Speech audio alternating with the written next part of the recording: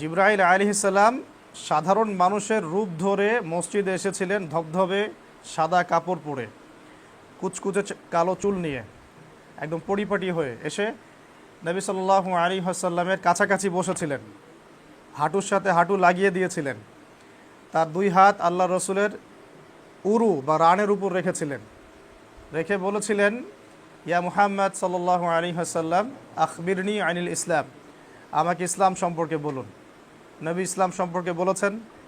এরপর তিনি প্রশ্ন করেছিলেন, আখবিরনি আনিল ঈমান, আমাকে ঈমান সম্পর্কে বলুন। এরপরে তিনি বলেছেন, আখবিরনি আনিল ইহসান, আমাকে ইহসান সম্পর্কে বলুন। 4 নম্বরে গিয়ে প্রশ্ন করেছেন, আখবিরনি আনিস সাআহ, আমাকে কিয়ামতের দিবস সম্পর্কে বলুন। মানে 4টা প্রশ্ন করা হয়েছে নবী সাল্লাল্লাহু আলাইহি ওয়াসাল্লামকে।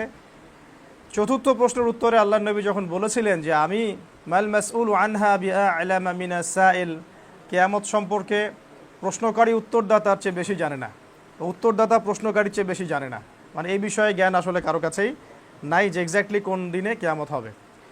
তখন তিনি পঞ্চম প্রশ্ন করেছিলেন যে আখবিরনি আন আমারাতিহা, তাহলে আমাকে কিয়ামতের আলামত কিছু বলে দিন। তখন নবী সাল্লাল্লাহু আলাইহি ওয়াসাল্লাম বলেছিলেন, আন তালিদাল আমাতু রাব্বাতুহা, দাসী তার মনিবকে জন্ম দিবে, আর সমাজে নিকৃষ্ট শ্রেণীর মানুষকে দেখা যাবে উঁচু উঁচু অট্টালিকা নির্মাণের প্রতিযোগিতা করছে। এই দুটো আলামত এই হাদিসে পাওয়া যায়। এই হাদিসটাকে হাদিসে জিবরিল বলে। তো পুরো হাদিসটা আমাদের আজকের আলোচ্য বিষয় নয়। এখান থেকে মূল জায়গাটা কোনটা? আখবিরনি আনিল ঈমান, ঈমান কাকে বলে, ঈমানের ডেফিনেশনটা দিন। আমরা সূরা নিসার 136 নম্বর আয়াতে দেখলাম ঈমানের এখানে 5টা পিলার, তাই না? আর এখন যে হাদিসটা আমরা চর্চা করছি, এখানে জিবরাইল আলাইহিস সালাম যে প্রশ্নটা করলেন যে আমাকে ঈমান সম্পর্কে বলুন, এখন নবী সাল্লাল্লাহু আলাইহি ওয়াসাল্লাম ব্যাখ্যা করছেন ঈমানের 6 পিলার। কয় পিলার? এখানে নবী সাল্লাল্লাহু আলাইহি ওয়াসাল্লাম বললেন, আন তুমিনা বিল্লাহ, তুমি ঈমানদার হতে চাইলে আগে আল্লাহর প্রতি বিশ্বাস স্থাপন করবে, 1। ওয়া মালাইকাতিহি, আল্লাহ পাকের সমস্ত ফেরেশতা মণ্ডলীর প্রতি বিশ্বাস করতে হবে, 2। 3 ওয়া কুতুবিহি, আল্লাহ পাকের সমস্ত আসমানি কিতাব, শুধু কোরআন নয়, যত আসমানি কিতাব আল্লাহ পাক নাজিল করেছেন সমস্ত কিতাবের উপরে তোমাকে বিশ্বাস করতে হবে, 3। 4 নাম্বার ওয়া রুসুলিহি, আল্লাহ পাকের সমস্ত রাসূলগণের প্রতি ঈমান আনতে হবে, শুধু মুহাম্মদ সাল্লাল্লাহু আলাইহি ওয়াসাল্লামের প্রতি নয়, সমস্ত রাসূলগণের প্রতি। 5 নাম্বার ওয়াল ইয়াউমিল আখির, তোমাকে পরকালের দিবসের প্রতি ঈমান রাখতে হবে। এবং 6 নাম্বার ওয়ান তুমিনা বিল কদরি খায়রিহি ওয়া শাররিহি, তুমি তাকদীর বা ভাগ্যের ভালো মন্দের প্রতি বিশ্বাস রাখবে। মানে ভাগ্যটাকে বাড়িয়ে দেওয়া হলো, তাকদীরকে বাড়িয়ে দেওয়া হলো। তাহলে এখানে কটা পেলাম? 6টা। তো এই 6টাই হচ্ছে ঈমানের পিলার। আমরা শুধু কোরআন মানবো না শুধু হাদিস, নাকি কোরআন হাদিস দুটোই? তো কিছু মানুষ আছে যারা শুধু কোরআন মানে, এগুলোকে আমরা বলি কি আহলুল কোরআন, যদিও দাবিটা ঠিক নয়। এই শব্দটা তাদের দিকে নিসবত করাটাও ঠিক নয়, কারণ কোরআন যে ব্যক্তি মানে সে নিঃসন্দেহে হাদিস মেনে চলবে। তাহলে যে হাদিস মানে না তাকে যদি আমরা আহলুল কোরআন বলি, তাহলে আহলুল কোরআন শব্দের হক আদায় হলো না। কারণ সাহাবীদেরকে নবী সাল্লাল্লাহু আলাইহি ওয়াসাল্লাম একদিন আহলে কোরআন বলে ডেকেছেন। তিনি বলেছেন, হে আমার সাহাবীরা, রাসূল সাল্লাল্লাহু আলাইহি ওয়াসাল্লাম বলেছেন, হে আমার সাহাবীরা, ইন্নাল্লাহা ওয়িত্রুন ইউহিব্বুল ওয়িত্র, আল্লাহ রাব্বুল আলামিন এক, বেজোর। আল্লাহ পাক কি? বেজোর। আল্লাহ পাক বেজোর ভালোবাসেন। আউতিরু ইয়া আহলাল কোরআন, হে আমার সাহাবীরা তোমরা বেতর নামাজ পড়ো। আউতিরু মানে এখানে তোমরা বেতর নামাজ পড়ো। এই জন্য আমরা বলি না বেতর নামাজ পড়া ওয়াজিব, কারণ নবী সাল্লাল্লাহু আলাইহি ওয়াসাল্লাম বেতর নামাজ পড়তে বলেছেন, আর নবী যেটা পড়তে আদেশ করেন সেটা কি? ওয়াজিব। তো এখানে কিন্তু বেতর নামাজ পড়ার জন্য সম্বোধন কিভাবে করা হলো? হে আমার সাহাবীরা, হে আহলে কোরআনরা, কোরআনওয়ালা যারা আছো তারা বেতর নামাজ পড়ো। কারণ বেতর নামাজ কোরআনে আছে, বেতর নামাজের দলিল কি কোরআনে আছে? তাহলে এটা হাদিস থেকে মানতে হচ্ছে। তাহলে আমরা যদি যারা হাদিস মানে না ওদেরকে আহলে কোরআন বলি, তাহলে এই সম্বোধনটা ওদের দিকে ঠিক হয়নি, তারা এটার যোগ্য নয়। আহলে কোরআন শব্দটা আমরা আরও বড় অর্থে নিয়ে আসতে পারি, যারা কোরআন এবং হাদিসের পরিপূর্ণ জ্ঞান রাখে বা এটার উপর আমল করে। তো যাই হোক, আমরা ওইদিকে এখন আলোচনা নিয়ে যাচ্ছি না। এখানে আমরা কোরআন এবং হাদিস থেকে দেখতে পাচ্ছি ঈমানের দুটো মিলে কয় পিলার বলেন? 6 পিলার। দুটো মিলে কয় পিলার? 6 পিলার। কোরআনে আছে 5টা, হাদিসে এক্সট্রা একটা বলা আছে, কটা হলো? 6টা। কোরআনে যা আছে হাদিসে তো তার বিপরীত নাই, কোরআনে যা আছে হাদিসে তাই আছে, শুধুমাত্র একটা এক্সট্রা দেওয়া আছে। এখন কোরআন এবং হাদিস দুটো একসাথে মানলে পরেই তো মুসলিম হবে। যদি শুধু কোরআন মানে তাহলে হাদিসের ওই 6 নম্বর পিলার সে ঈমান আনতে পারবে না, তাকদীরে ঈমান আনতে পারবে না। আর তাকদীরে ঈমান না আনতে পারলে সে কাফের হয়ে যাবে, তাই না? আবার যদি কিছু মানুষ শুধু হাদিস মানার দাবি করে, কোরআন মানে না, তাহলে তো ঈমান আগেই চলে গেছে। তাহলে কোরআন এবং হাদিস উভয়টাকে একসাথে যারা মানে তাদেরকে আমরা পরিপূর্ণ মুমিন মুসলিম বলতে পারি। ঠিক আছে, এখন আমি ঈমান শব্দ দিয়ে আকীদার আলোচনা কেন শুরু করলাম? ঈমান এবং আকীদা এই দুটো কি আলাদা শব্দ? শব্দগতভাবে দুটোর বানান আলাদা হলেও পারিভাষিক অর্থে, প্রায়োগিক অর্থে দুটো একই। আপনারা জানলে অবাক হবেন, রাসূল সাল্লাল্লাহু আলাইহি ওয়াসাল্লামের যুগে, সাহাবীদের যুগে বলা হচ্ছে যে দ্বিতীয় থেকে তৃতীয় হিজরি পর্যন্ত, দ্বিতীয় থেকে তৃতীয় শতাব্দী, হিজরি না শুধু, হিজরি সনের শতাব্দী পর্যন্ত আকীদা বোঝাতে ঈমান শব্দটাই প্রয়োগ করা হতো। আকীদা বোঝাতে কোন শব্দ প্রয়োগ করা হতো? ঈমান। কোরআন এবং হাদিসেও আকীদা বোঝাতে ঈমান শব্দই প্রয়োগ করা আছে। কোরআন এবং হাদিসে কিন্তু আপনি আকীদা শব্দটা স্ট্রেট পাবেন না। কোরআন এবং হাদিসে আকীদা বোঝাতে, বিশুদ্ধ আকীদা বোঝাতে কোন শব্দ প্রয়োগ করা হয়েছে? ঈমান। এই জন্য ঈমান আর আকীদার মধ্যে পার্থক্য করার প্রয়োজন নেই। পরবর্তীতে কেন স্বতন্ত্রভাবে আকীদা শব্দ স্ট্যাবলিশ করতে হলো? কারণ তৃতীয় হিজরি শতাব্দীর সময় মুসলিম উম্মার মধ্যে অনেক বাতিল ফেরকার জন্ম নিল। অনেক বাতিল ফেরকা মাথাচাড়া দিয়ে উঠতে লাগলো। শিয়া, রাফেজি, খারেজি, মুতাজিলা, হ্যাঁ, মুরজিয়া, জাবারিয়া, কাদারিয়া, এরকম অনেক বাতিল ফেরকা আস্তে আস্তে মাথাচাড়া দিতে লাগলো। তখন আহলে সুন্নাহ ওয়াল জামাআহ মানে মধ্যমপন্থী ওলামায়ে কেরাম, হকপন্থী ইমাম, ফকিহ, মুহাদ্দিস, মুজাদ্দিদ যারা ছিলেন সাহাবী, তাবেঈ, ওই যুগ থেকেই, তখন তারা বাতিল দর্শন এবং বিশুদ্ধ দর্শনের মধ্যে পার্থক্য আইডেন্টিফিকেশনের জন্যে তারা ঈমানের পাশাপাশি যে আকীদা, বিশুদ্ধ আকীদাতুস সহিহা, এরকম একটা শব্দ প্রয়োগ করা শুরু করলেন। কেউ কেউ এটাকে ঈমান শব্দে ব্যবহার করেছেন, কেউ কেউ সুন্নাহ শব্দ ব্যবহার করেছেন, কেউ কেউ আকীদা শব্দ নিয়ে এসেছেন, কেউ কেউ সহিহুস সুন্নাহ শব্দ এনেছেন, কেউ কেউ আকীদাতুস সহিহা শব্দ এনেছেন। মানে এরকম শব্দগুলো, মানে পরিভাষাগুলো চালু হলো কখন? তৃতীয় হিজরির পর, তৃতীয় শতাব্দী হিজরির দিকে, মানে সাহাবীদের যুগের অনেক পরে। কিন্তু সাহাবী, তাবেঈন, তাবেঈন যুগের পরবর্তীতে যখন এগুলো মাথাচাড়া দিয়ে উঠতে লাগলো ফিতনাগুলো, তখন এই শব্দগুলোর প্রয়োগ শুরু হলো আর কি। তো এখন তাহলে আমরা বুঝতে পারছি ঈমান এবং আকীদাকে আলাদা করে দেখার প্রয়োজন নেই, দুটো একই অর্থেই প্রয়োগ করা হয়। বিশ্বাস, কি অর্থে? বিশ্বাস, মানে আমার বিশ্বাসটা কি হবে, বা আমার ইসলাম সম্পর্কে গৃহীত সিদ্ধান্তটা কি হবে, আমি কোন আইডিওলজি নিয়ে চলি। আমরা যে ইংরেজিতে বলি না আইডিওলজি, যে আইডিওলজি শব্দটা প্রয়োগ করতে আকীদা শব্দটাকে আমরা প্রয়োগ করে থাকি। তো ধর্মের ক্ষেত্রে এটা মূলত বিশ্বাস বোঝানো হয় আর কি। এটা ধর্মক্ষেত্রে একটা বিশ্বাস, স্থায়ী বিশ্বাস, যার উপর আমার সিদ্ধান্ত প্রতিষ্ঠিত, এটাকে বোঝানো হয়। আমি যে আইডিওলজি নিয়ে চলি, এটাকে বোঝানো হয়। তাহলে আমরা এই দুটোকে আলাদা করে না দেখে একবারে আলোচনা করতে পারি। ঠিক আছে, প্রথমে আমাদের ঈমান এবং আকীদা পরিষ্কার রাখবো আল্লাহ সম্পর্কে। কি সম্পর্কে? আল্লাহ সম্পর্কে। এখন আল্লাহ সম্পর্কে আমাদের আকীদা, বিশ্বাসটা আমরা 3 ভাগে ভাগ করতে পারি। কয় ভাগে? একটু সহজ করে বলার চেষ্টা করছি, একটু মনোযোগ দেন। 1 নম্বর হচ্ছে আল্লাহ পাকের একত্ববাদ, যে তাওহীদ, এই তাওহীদটাকে আমরা 3টা ক্লাসিফিকেশন আনতে পারি। একটা হলো তাওহীদে রুবুবিয়্যাত, আমার সাথে বলেন, তাওহীদে রুবুবিয়্যাত। একটা হলো তাওহীদে উলুহিয়্যাত, তাওহীদে উলুহিয়্যাত। একটা হচ্ছে তাওহীদে আসমা ও সিফাত, তাওহীদে আসমা ও সিফাত। আচ্ছা, ব্যাখ্যা করছি ছোট করে। রুবুবিয়্যাত কি জিনিস? রুবুবিয়্যাত মানে হচ্ছে আল্লাহকে রব বলে স্বীকার করা। মানে আল্লাহ পাক আমার স্রষ্টা, আল্লাহ পাক আমার মালিক, আল্লাহ পাক আমার রিজিক দাতা, আল্লাহ পাক আমার জীবনদাতা, আল্লাহ পাক মৃত্যুদাতা, আল্লাহ পাক সব। এই যে আল্লাহ রব্বুল আলামিন আমার মালিক, আমার রব, আমার প্রতিপালক, এই কনসেপ্টের নাম কি? তাওহীদে রুবুবিয়্যাত। মনে রাখবেন, তাওহীদের পরিণাম হলো জান্নাত। তাওহীদের পরিণাম কি? জান্নাত। যার মধ্যে তাওহীদ আছে ইনশাআল্লাহ জান্নাতে যাবে, যার মধ্যে তাওহীদ নাই, শিরক আছে, নিঃসন্দেহে জাহান্নামে যাবে। যদি শিরক থেকে তওবা না করে মারা যায়, খুব কঠিন জান্নাতে যাওয়া, ইম্পসিবল বলা যায়। আল্লাহ পাক শিরকের গুনাহ কিন্তু মাফ করেন না। তওবা করলে দুনিয়া মাফ করে দিবেন, পরকালে শিরকের গুনাহ নিয়ে গেলে আল্লাহ পাক কিন্তু ধরবেন, কঠিন ধরা।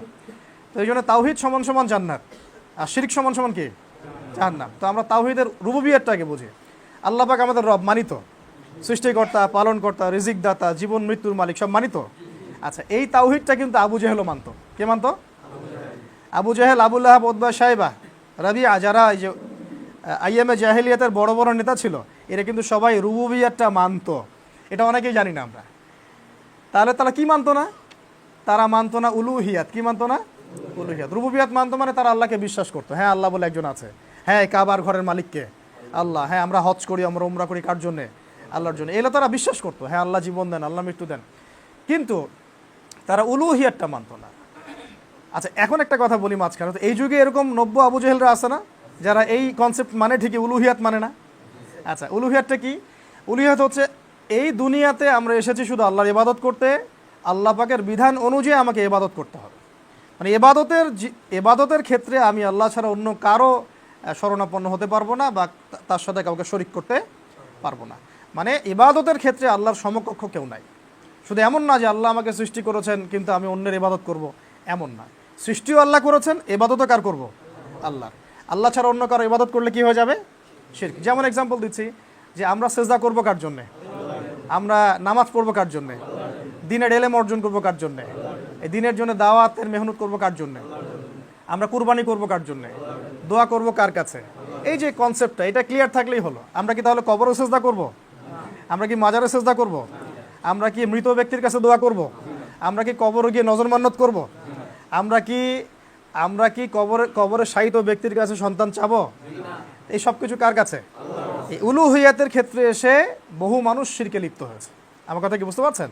আবু জেহেলরাও ঠিক এই কাজটাই করেছিল। তারা আল্লাহকে বিশ্বাস করতো ঠিকই, কিন্তু নজর মানত করতো ওই যে লাত, ওজ্জা, হবল, মানাত, এগুলোর নাম, এগুলো কিসের নাম? মূর্তির দেবতার নাম। এগুলোর সামনে তারা নজর মানত করতো, তাদেরকে সেজদা করতো। হ্যাঁ, তারপরে তারা মাধ্যম পূজা করতো। তারা বলতো যে মা না'বুদুহুম ইল্লা লিয়ুকাররিবুনা ইলাল্লাহি যুলফা। তারা বলতো আমরা এই লাত, ওজ্জা, হবল, মানাত এই মূর্তিগুলোর পূজা এই জন্যই করি যে এরা ছিল আগেকার নেককার মানুষ, এরা আল্লাহর কাছে আমাদের জন্য সুপারিশ করবে। কথা বুঝতে পারছেন? এই যে মাধ্যম পূজাটা, এই পূজাটা কিন্তু আমাদের সনাতন ধর্মী ভাইদের, তাদের ভাষায় বললাম আর কি, সবচেয়ে সনাতন ধর্ম কোনটা? ইসলাম। তাদের ভাষায় বোঝার জন্য বললাম যে আমাদের হিন্দু ভাইয়েরা যারা আছেন, তারা কিন্তু, অমুসলিম ভাইয়েরা কিন্তু এই শিরকের মধ্যে লিপ্ত আছে।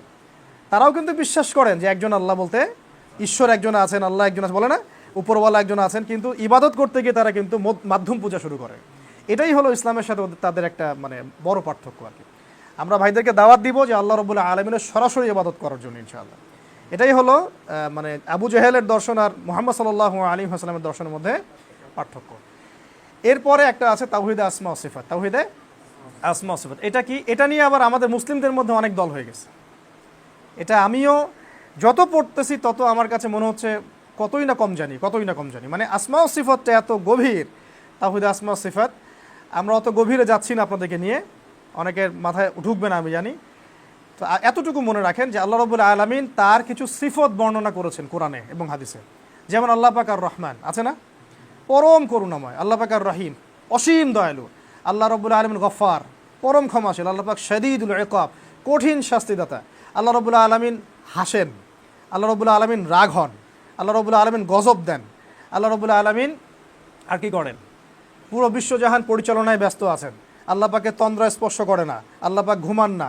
এই যে আল্লাহ রাব্বুল আলামিন তার সম্পর্কে, তার জাত এবং সিফত সম্পর্কে অনেক কথা বলেছেন না, এইগুলোকে সাধারণ মানুষদের জন্য বলছি, আমি নিজেও সাধারণ মানুষ, এগুলোকে যে অবস্থায় আছে জাস্ট ওই অবস্থায় বিশ্বাস করার নাম ঈমান। এটাকে নিয়ে কোনো রকম ব্যাখ্যা, দার্শনিক ফিলোসফি, গবেষণার দিকে যাওয়ারই দরকার নেই। এক্সাম্পল একটা দিচ্ছি, বুঝবেন। আল্লাহ পাক বলেছেন আর রহমান আলাল আরশ ইস্তাওয়া, রহমান আরশের উপরে সমুন্নত, রহমান আরশের উপর ইস্তাওয়া। আল্লাহ রাব্বুল আলামিন আরশের উপরে কিভাবে আছেন এই কাইফিয়াত আমরা জানি না। তিনি কিভাবে আছেন, কোন হালতে আছেন? হ্যাঁ, অনেকে নাউজুবিল্লাহ ব্যাখ্যা করেছে আর বইও লিখেছে তিনি সমাসীন। কথা কি লিখেছে? এটা একটা কুফরি কথা হয়ে গেছে। সমাসীন মানে কি?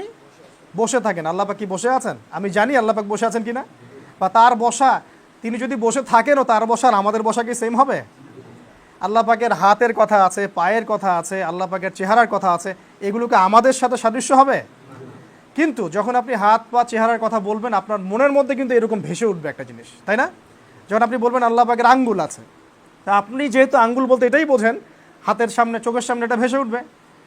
আপনি হাত বলতে যেহেতু এটাই বোঝেন, তাহলে আপনার সামনে এটাই ভেসে উঠবে। চেহারা বলতে আপনি কি বোঝেন? যেখানে চোখ থাকবে, কান থাকবে, নাক থাকবে, তাই তো?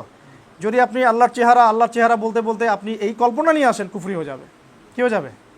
অতএব এই জায়গাগুলো শব্দগুলোকে এই জায়গায় রেখে দিতে হবে, এগুলো নিয়ে কোনো প্রকার ব্যাখ্যা বিশ্লেষণের প্রয়োজন নাই। আল্লাহ রাব্বুল আলামিন তার জাত এবং তার সিফতের মতো, আল্লাহ পাক তার মতো হাসেন, কেমন আমি জানি না, আল্লাহ পাক তার মতো করে রাগ হন, এ রাগ আমাদের রাগের মতো নয়। আল্লাহ পাক পরম করুণাময় অসীম দয়ালু, কেমন পরম করুণাময়, কত অসীম আমরা জানি না, আমরা মিসাল দিতে পারবো না। লাম ইয়ালিদ ওয়ালাম ইউলাদ ওয়ালাম ইয়াকুল লাহু কুফুয়ান আহাদ, তার সমতুল্য আর কিছুই নাই, মানে কোনো কিছু দিয়ে এটাকে ব্যাখ্যা করা যাবে না বা মিসাল নিয়ে আসা যাবে না। মিসাল আনতে গেলেই কি হবে, কুফরি হয়ে যেতে পারে। এইটা নিয়ে মুসলিমদের মধ্যে বহু দল হয়ে গেছে, বহু, কেউ কেউ আল্লাহ পাকের সিফতগুলো অস্বীকার করেছে। মুতাজিলা একদল আছে, মুতাজিলা কি নাম, মুতাজিলারা বলে আল্লাহ পাকের এরকম জাত সিফত এগুলা তারা বিশ্বাস করে না। হ্যাঁ, আবার অনেক আছে ফালাসিফা দার্শনিক, অনেকে আশারিয়া আছে, অনেক অনেক রকম দার্শনিক আছে। তো এদিকে আমরা যাচ্ছি না। আহলে সুন্নাহ ওয়াল জামাআহ বলছে যেটা যেভাবে আছে ওইভাবে রেখে দেন, করেন। এ ব্যাপারে একটা খালি আমি অ্যারাবিক জুমলা কোট করছি। ইমাম মালিক রাহিমাহুল্লাহ বলেছেন, কোন ইমাম, ইমাম মালিক রাহিমাহুল্লাহ, তিনি কিন্তু প্রচুর নির্যাতনের শিকার হয়েছিলেন বাগদাদে। হ্যাঁ, ওই যে কিছু মানুষ যে হাত বাঁধে না, এমন করে দাঁড়া থাকে না, ইমাম মালিক রাহিমাহুল্লাহকে এত নির্যাতন করা হয়েছিল যে হাত তিনি বাঁধতে পারেননি, অনেক দিন নামাজে হাত বাঁধতে পারেন নাই। সমাজের মানুষ ওই সময় সমাজের বেশিরভাগ আলেম এক মতাদর্শের ছিলেন, তিনি আলাদা ছিলেন। আহমদ বিন হাম্বল রাহিমাহুল্লাহর সময় একই ঘটনা, সমাজের বেশিরভাগ মানুষ এক মতাদর্শের, তিনি আলাদা। আমি সামনে আসছি। আহমদ বিন হাম্বল রাহিমাহুল্লাহর সময় বেশিরভাগ আলেম পর্যন্ত বলছিল যে কোরআন আল্লাহর সৃষ্টি। কোরআন আল্লাহর কি? তিনি একাই দাঁড়িয়ে বলেছেন কোরআন আল্লাহর সৃষ্টি নয়, কোরআন আল্লাহর কালাম। কোরআন আল্লাহর কি? ব্যাস, সরকারি নির্যাতনের শিকার হলেন, একদম জেলখানায় ঢুকিয়ে মায়ের শুরু হলো রিমান্ডে। তো পরবর্তীতে ওই জালেম শাসকের পতন হয়ে গেছে, কিন্তু আহমদ বিন হাম্বল রাহিমাহুল্লাহর পতন হয় নাই। পরবর্তীতে জালেম শাসকের পতন হওয়ার পরে নতুন শাসক এসেছে, তারা আহমদ বিন হাম্বল রাহিমাহুল্লাহর মূল্য কদর বুঝতে পেরেছেন, তাকে আবার সম্মানিত করেছে। এটা আপনারা ইয়াতে পাবেন, ইসলামের ইতিহাস পড়লে পাবেন। তো ইমাম মালিক রাহিমাহুল্লাহ বলেছেন এই ব্যাপারগুলো নিয়ে, আল্লাহ পাকের আসমা ও সিফাতগুলো নিয়ে, যে মা'নাহা মালুম, এর মানে আমরা জানি। এর মানে কি আমরা জানি, মালুম মানে জানি। আল কাইফিয়া, এর মানে কাইফিয়াত কেমন, এটা মাজহুল, আমরা জানি না। আল্লাহ পাক আরশের উপরে আমরা জানি, কিন্তু কিভাবে আমরা জানি না, এটা ব্যাখ্যা করতে পারবো না। তারপরে তিনি বলছেন ওয়াল ঈমানু বিহি ওয়াজিবুন, এর উপর ঈমান রাখা কি ওয়াজিব, এর উপর ঈমান রাখা কি ওয়াজিব। আল্লাহ পাকের আসমা ও সিফাত, আল্লাহ পাকের এই জাত ও সিফাতগুলো সম্পর্কে ঈমান রাখা ওয়াজিব। আর ওয়াসুআলু আনহা বিদআতুন, এটা নিয়ে বেশি প্রশ্ন করা কি বেদাত। এতটুকু যথেষ্ট আমাদের জন্য, ঠিক আছে? আমরা সাধারণ মানুষ, আমাদের জন্য এতটুকু যথেষ্ট। কারণ আমরা আল্লাহ সম্পর্কে এই বিষয়গুলো জানলাম। এছাড়াও এর অপোজিশনে আবার শিরক আছে, যেমন তাওহীদে রুবুবিয়াত যেমন আছে, আবার শিরকও হয় বিশ্বাসের ক্ষেত্রে। তাওহীদে উলুহিয়াত যেমন আছে, আবার ইবাদতের ক্ষেত্রেও শিরক হয়ে যায়। তাওহীদে আসমা ও সিফাত যেমন আছে, আবার ওই আসমা সিফাতেও মানুষ শিরক করে ফেলে। মানে তাওহীদ যেভাবে 3 ভাগে ভাগ করা যায়, শিরকটাকেও 3 ভাগে ভাগ করা যায়। আশিরকু ফিল আকিদা, আশিরকু ফিল আমাল, আশিরকু ফিল লিসান আও কওল, এভাবে ভাগ করা যায়। আরেকটা শিরকের প্রকারভেদ আছে, এটা হলো আশিরকুল খফি, মানে গোপন শিরক বা রিয়া বা গোপন শিরক। তো ওইদিকে আমি যাচ্ছি না। মনে রাখবেন তাওহীদের বিপরীত কি? শিরক। আল্লাহ বলতে কেউ যদি নাই এরকম মনে করে, ব্যাস শিরক হয়ে যাবে। ইবাদত করতে গিয়ে আল্লাহর ছাড়া অন্য কাউকে সেজদা করে, শিরক হয়ে যাবে। হ্যাঁ, আবার যদি আল্লাহ পাকের আসমা ও সিফাতগুলোর ভ্রান্ত ব্যাখ্যা করতে যায়, তখন কি হবে? শিরক হয়ে যাবে। তাহলে তাওহীদ যেমন 3 ভাগে ভাগ করা যায়, শিরকটাকেও 3 ভাগে ভাগ করা যায়। এখন আল্লাহ পাক সম্পর্কে আমরা এই বিষয়গুলো জানি, আলহামদুলিল্লাহ। আরও কিছু বিষয় এই বইয়ে, আহলুস সুন্নাহ ওয়াল জামাআর যে রিনাউন্ড এই বই আকিদা তাহাবিয়া, এই বইয়ের মধ্যে আরও কিছু কথা আল্লাহ পাক সম্পর্কে আনা হয়েছে, যেগুলো আমরা সচরাচর আলোচনা করি না। একটু ঈমান তাজা করার জন্য আমরা একটু বলে নেই, আমি জাস্ট পয়েন্ট আউট করে এনেছি। 1 নাম্বার হচ্ছে আল্লাহ পাকের সাদৃশ্য আর কিছু নাই। আমি সহজ করে আপনাদের জন্য বলছি, আল্লাহ পাকের সাদৃশ্য আর কিছু নাই। কেউ যদি বলে আল্লাহ রাব্বুল আলামিন এরকম শক্তিশালী, ঠিক যেমন এমন এমন এমন এমন, এই যে সাদৃশ্য, ব্যাস এক্সাম্পল দিচ্ছি, আল্লাহ মাফ করুক। কেউ যদি বলে যে 1 কোটি ফেরেশতার শক্তি যেমন আল্লাহর শক্তি তেমন, আউযুবিল্লাহ, এটা সাদৃশ্য যদি কেউ তুলনা করতে যায়, ব্যাস কী হয়ে যাবে? কুফরি হয়ে যাবে, শিরক হয়ে যাবে। মানে আল্লাহ পাকের সাদৃশ্য কিছুই নাই, কোনো কিছু দিয়েই আল্লাহ পাকের সাদৃশ্য প্রমাণ করা যাবে না। ঠিক কুল হু আল্লাহু আহাদ আল্লাহু সামাদ সূরার মধ্যে আছে। হ্যাঁ, লাম ইয়ালিদ ওয়া লাম ইউলাদ ওয়া লাম ইয়াকুল লাহু কুফুয়ান আহাদ, তার সমতুল্য আর কিছুই নাই। আচ্ছা, এরপরে আমরা এটাও আকীদা রাখবো আল্লাহ পাক সম্পর্কে, যে আল্লাহ রাব্বুল আলামিন কোনো কিছু করতে অক্ষম নন, কোনো কিছু করতে অক্ষম নন, সব কিছু আল্লাহ পাকের পক্ষে করা সম্ভব। 3 নাম্বার, আল্লাহ রাব্বুল আলামিনকে কেউ অক্ষমকারী নয়। আল্লাহ রাব্বুল আলামিনকে কেউ অক্ষমকারী নয়, মানে আল্লাহ পাকের শক্তির বিরুদ্ধে কেউ শক্তি খাটিয়ে আল্লাহ পাককে অক্ষম করতে পারবে না। আমি বললাম না এগুলো অনেক বোঝার ব্যাপার, অনেক ব্যাখ্যার প্রয়োজন হয়, একটা জুমার খুদ্া হয় না। আমি শুধু পয়েন্টগুলো আপনাদেরকে বলছি যাতে মাথায় থাকে আপনাদের আকীদার বিষয়গুলো। একটা 4 নম্বর কথা বলতে চাই, সেটা হলো আল্লাহ রাব্বুল আলামিনের কোনো শুরু নাই, আবার আল্লাহ পাকের কোনো শেষ নাই। এটা কিন্তু আপনি গবেষণায় ঢুকলে কিন্তু আপনার মাথা খারাপ হয়ে যাবে। অতএব এদিকে যাবেন না, আপনি নিষেধ করছি আমি। শয়তান ওয়াসওয়াসা দিবে যে আল্লাহ সব সৃষ্টি করেছেন, তাহলে আল্লাহকে কে সৃষ্টি করেছে? তাহলে সব সৃষ্টির আগে আল্লাহ কোথায় ছিল? আল্লাহ পাক কখন থেকে আসলেন? তার আগে কি ছিল? এই যে চিন্তাগুলো আপনার মাথায় শয়তান ঢুকাতে পারে। ওই যে ব্যাস আমরা এটা ইমানু বিহি ওয়াজিব আসওয়ালু আনহা বিদআ, এটা নিয়ে কোনো প্রশ্ন করা দরকার নেই। এখন আল্লাহ রাব্বুল আলামিনের কোনো শুরুও নাই, তার কোনো শেষ নাই। আমরা এটাকে বলি যে তিনি অনাদি এবং অনন্ত। আচ্ছা, তারপরে একটা বিষয় মনে রাখবেন যে সাধারণত দিক হচ্ছে 6টা। কয়টা ভাই? এই যে সামন পিছন ডান বাম, এই তো, এবং উপর নিচ, কয়টা দিক হয়? আমাদের স্রষ্টা আল্লাহ রাব্বুল আলামিনকে এই 6 দিক পরিবেষ্টন করতে পারে না। মানে আমাদের স্রষ্টা আল্লাহ রাব্বুল আলামিনকে 6 দিক পরিবেষ্টন করতে পারে না। এমন নয় যে আল্লাহ রাব্বুল আলামিন আছেন, তার ডান কিছু আছে, বামে কিছু আছে, সামনে কিছু আছে, পেছনে কিছু আছে। আল্লাহ রাব্বুল আলামিনকে 6 দিক পরিবেষ্টন করতে পারে না। তিনি এসবের ঊর্ধ্বে, তিনি এসবের অনেক ঊর্ধ্বে। তাহলে একটু চিন্তা করেন আমাদের স্রষ্টা কত মহান। আমরা তো আল্লাহকে চিনি না, এই জন্য আমরা আল্লাহ পাকের ইবাদতও করি না, আর আল্লাহ সম্পর্কে হতাশ হয়ে যাই। যে আল্লাহ পাক এত শক্তিশালী, সে আল্লাহ পাক যদি আমারও হয়ে যান, আমার কোনো টেনশন আছে? সে আল্লাহ পাকের ইবাদত করে যদি আমি আল্লাহকে পেয়ে যাই, আল্লাহর ওলি হয়ে যায়, তাহলে আমার কোনো টেনশন আছে? ব্যাস। তারপরে আসেন আল্লাহ রাব্বুল আলামিনের আসমা ও সিফাত যেগুলো আমি বললাম, সেগুলোকে ওই অবস্থায় ঈমান রাখতে হবে, ব্যাখ্যা বিশ্লেষণের প্রয়োজন নাই। আল্লাহ রাব্বুল আলামিনের কোনো ক্ষয় নাই, কোনো ক্ষয় নাই এবং কোনো ধ্বংস নাই। আল্লাহ পাককে ধ্বংস করতে পারবে কেউ? ধ্বংস নাই। আচ্ছা, আর হচ্ছে আল্লাহ রাব্বুল আলামিন সম্পর্কে আকীদা আমাদের, আল্লাহ রাব্বুল আলামিনের ইচ্ছা ছাড়া কোনো কিছু সংঘটিত হয় না। এখন বলতে পারেন তাহলে আমি যে নামাজ পড়ি নাই, ওটাও কি আল্লাহর ইচ্ছায়? আসতে পারে না প্রশ্ন, অনেকেই করতে পারে। বিষয়টা হচ্ছে মানুষকে আল্লাহ পাক এমন একটা ফাংশন দিয়ে সৃষ্টি করেছেন, সেটা হলো স্বাধীন ইচ্ছা শক্তি। বিবেক এবং স্বাধীন ইচ্ছা শক্তি এটা মানুষকে দেওয়া হয়েছে। এটা কিন্তু এই আপনার ফেরেশতাদেরকে দেওয়া হয় নাই। তাদেরকে একটা কাজের আদেশ করলে তারা সেটাই করবে, চিন্তার কোন ডানে বামে যাওয়ার কোনো সুযোগই নেই এখানে। কিন্তু মানুষকে যখন এই হাইয়া আলাস সালাহ নামাজের জন্য ডাকা হচ্ছে, আপনার সামনে পথ এখন 2টা খোলা আছে। আপনি চাইলে এখন ইমানের উপর থেকে নামাজ পড়তে পারেন, আপনি চাইলে এখন নাও করতে। আল্লাহ রাব্বুল আলামিন আপনাকে সেখানে ফোর্স করবেন না। আল্লাহ পাক আপনাকে আসমানি কিতাব দিয়ে জানিয়ে দেবেন, নবী রাসূল পাঠিয়ে জানিয়ে দিবেন, বাকি স্বাধীন ইচ্ছা শক্তি কার? আপনার। এখন এই হলো অবস্থা। তবে এই ইচ্ছা শক্তি প্রয়োগ করে আমরা কোন কাজটা করব সেটা আল্লাহ পাক আগে থেকেই জানেন। এই স্বাধীন ইচ্ছা শক্তি প্রয়োগ করে আমরা কোন কাজটা করব এটা আল্লাহ পাক আগে থেকেই জানেন। এটা আল্লাহ পাকের মহান জ্ঞানের মধ্যে এটা আগে থেকেই আছে। 2টা রাস্তা পড়েছে আপনার সামনে, ডানে যেতে পারেন, বামে যেতে পারেন। আপনি ডিসিশন নেবেন কোথায় আপনি যাবেন। হয় আপনি ডানে গিয়েছেন অথবা বামে। আপনি ডানে যাবেন না বামে যাবেন এটা আল্লাহ পাক আগে থেকে জানেন। এই জন্য আল্লাহ পাক তাকদীরে লিখে রেখেছেন। এমন নয় যে আল্লাহ পাক লিখেছেন বলেই আপনি গেলেন। আপনি যে যাবেন সেটা আল্লাহ পাক আগে থেকে জানতেন। এটা আল্লাহ পাকের জ্ঞান। আল্লাহ পাকের জ্ঞান মানে অসীম, আমরা যেটাকে অসীম বলি। আরও আছে আল্লাহ রাব্বুল আলামিন সম্পর্কে আকীদা যে আল্লাহ পাককে আমাদের যে কল্পনা, আমাদের যুক্তি বিজ্ঞান দর্শন, এগুলো আল্লাহ পাককে পরিবেষ্টন করতে পারবে না। আল্লাহ পাকের ধার কাছে যেতে পারবে না। যুক্তি দিয়ে তাকে ব্যাখ্যা করব, বিজ্ঞান দিয়ে ব্যাখ্যা করব, হ্যাঁ, আমাদের জ্ঞান বুদ্ধি দিয়ে ব্যাখ্যা করব, এই ইলম আল্লাহ পাকের ইলমের ধার কাছেও যেতে পারবে না। আল্লাহ রাব্বুল আলামিন সব কিছু জানেন এবং তিনি মহাজ্ঞানী। আরও আছে যে আল্লাহ রাব্বুল আলামিন সমস্ত দৃষ্টিকে দেখেন, কিন্তু কোনো দৃষ্টি আল্লাহ পাককে দেখতে পারবে না দুনিয়ায়। দেখতে পারবে? আমরা কি দেখতে পারি? আল্লাহ পাক সমস্ত দৃষ্টিকে নিয়ন্ত্রণ করেন, কিন্তু আমরা আল্লাহকে দেখতে পারি না। কখন দেখতে পারবো? ইনশাআল্লাহ তাআলা জান্নাতীরা আল্লাহ পাককে দেখতে পারবে ইনশাআল্লাহ। এখানে দেখেন রাসূল সাল্লাল্লাহু আলাইহি ওয়াসাল্লাম আল্লাহ পাকের আরশে আজিম পর্যন্ত চলে যান নাই। এই যে এই আল্লাহ রাব্বুল আলামিনের দিদার এবং সাক্ষাৎ, তার দর্শন, এটা নিয়েও কিন্তু সাহাবীদের মধ্যে 2টা মত চলে আসছে। যেমন আয়েশা রাদিয়াল্লাহু আনহাকে জিজ্ঞাসা করা হয়েছিল যে আয়েশা রাদিয়াল্লাহু আনহাকে বলা হচ্ছে নবী সাল্লাল্লাহু আলাইহি ওয়াসাল্লাম কি তার চোখ দিয়ে আল্লাহ পাককে দেখেছেন? আয়েশা রাদিয়াল্লাহু আনহা বলছেন না, তিনি চার বাহ্যিক চোখ দিয়ে দেখেন নাই, কলব দিয়ে দেখেছেন। এটা কার ব্যাখ্যা? এটা কার মাযহাব? আয়েশা রাদিয়াল্লাহু আনহার ব্যাখ্যা, তার মাযহাব, তার মানে এটা মত, ইজতিহাদ, তার মত।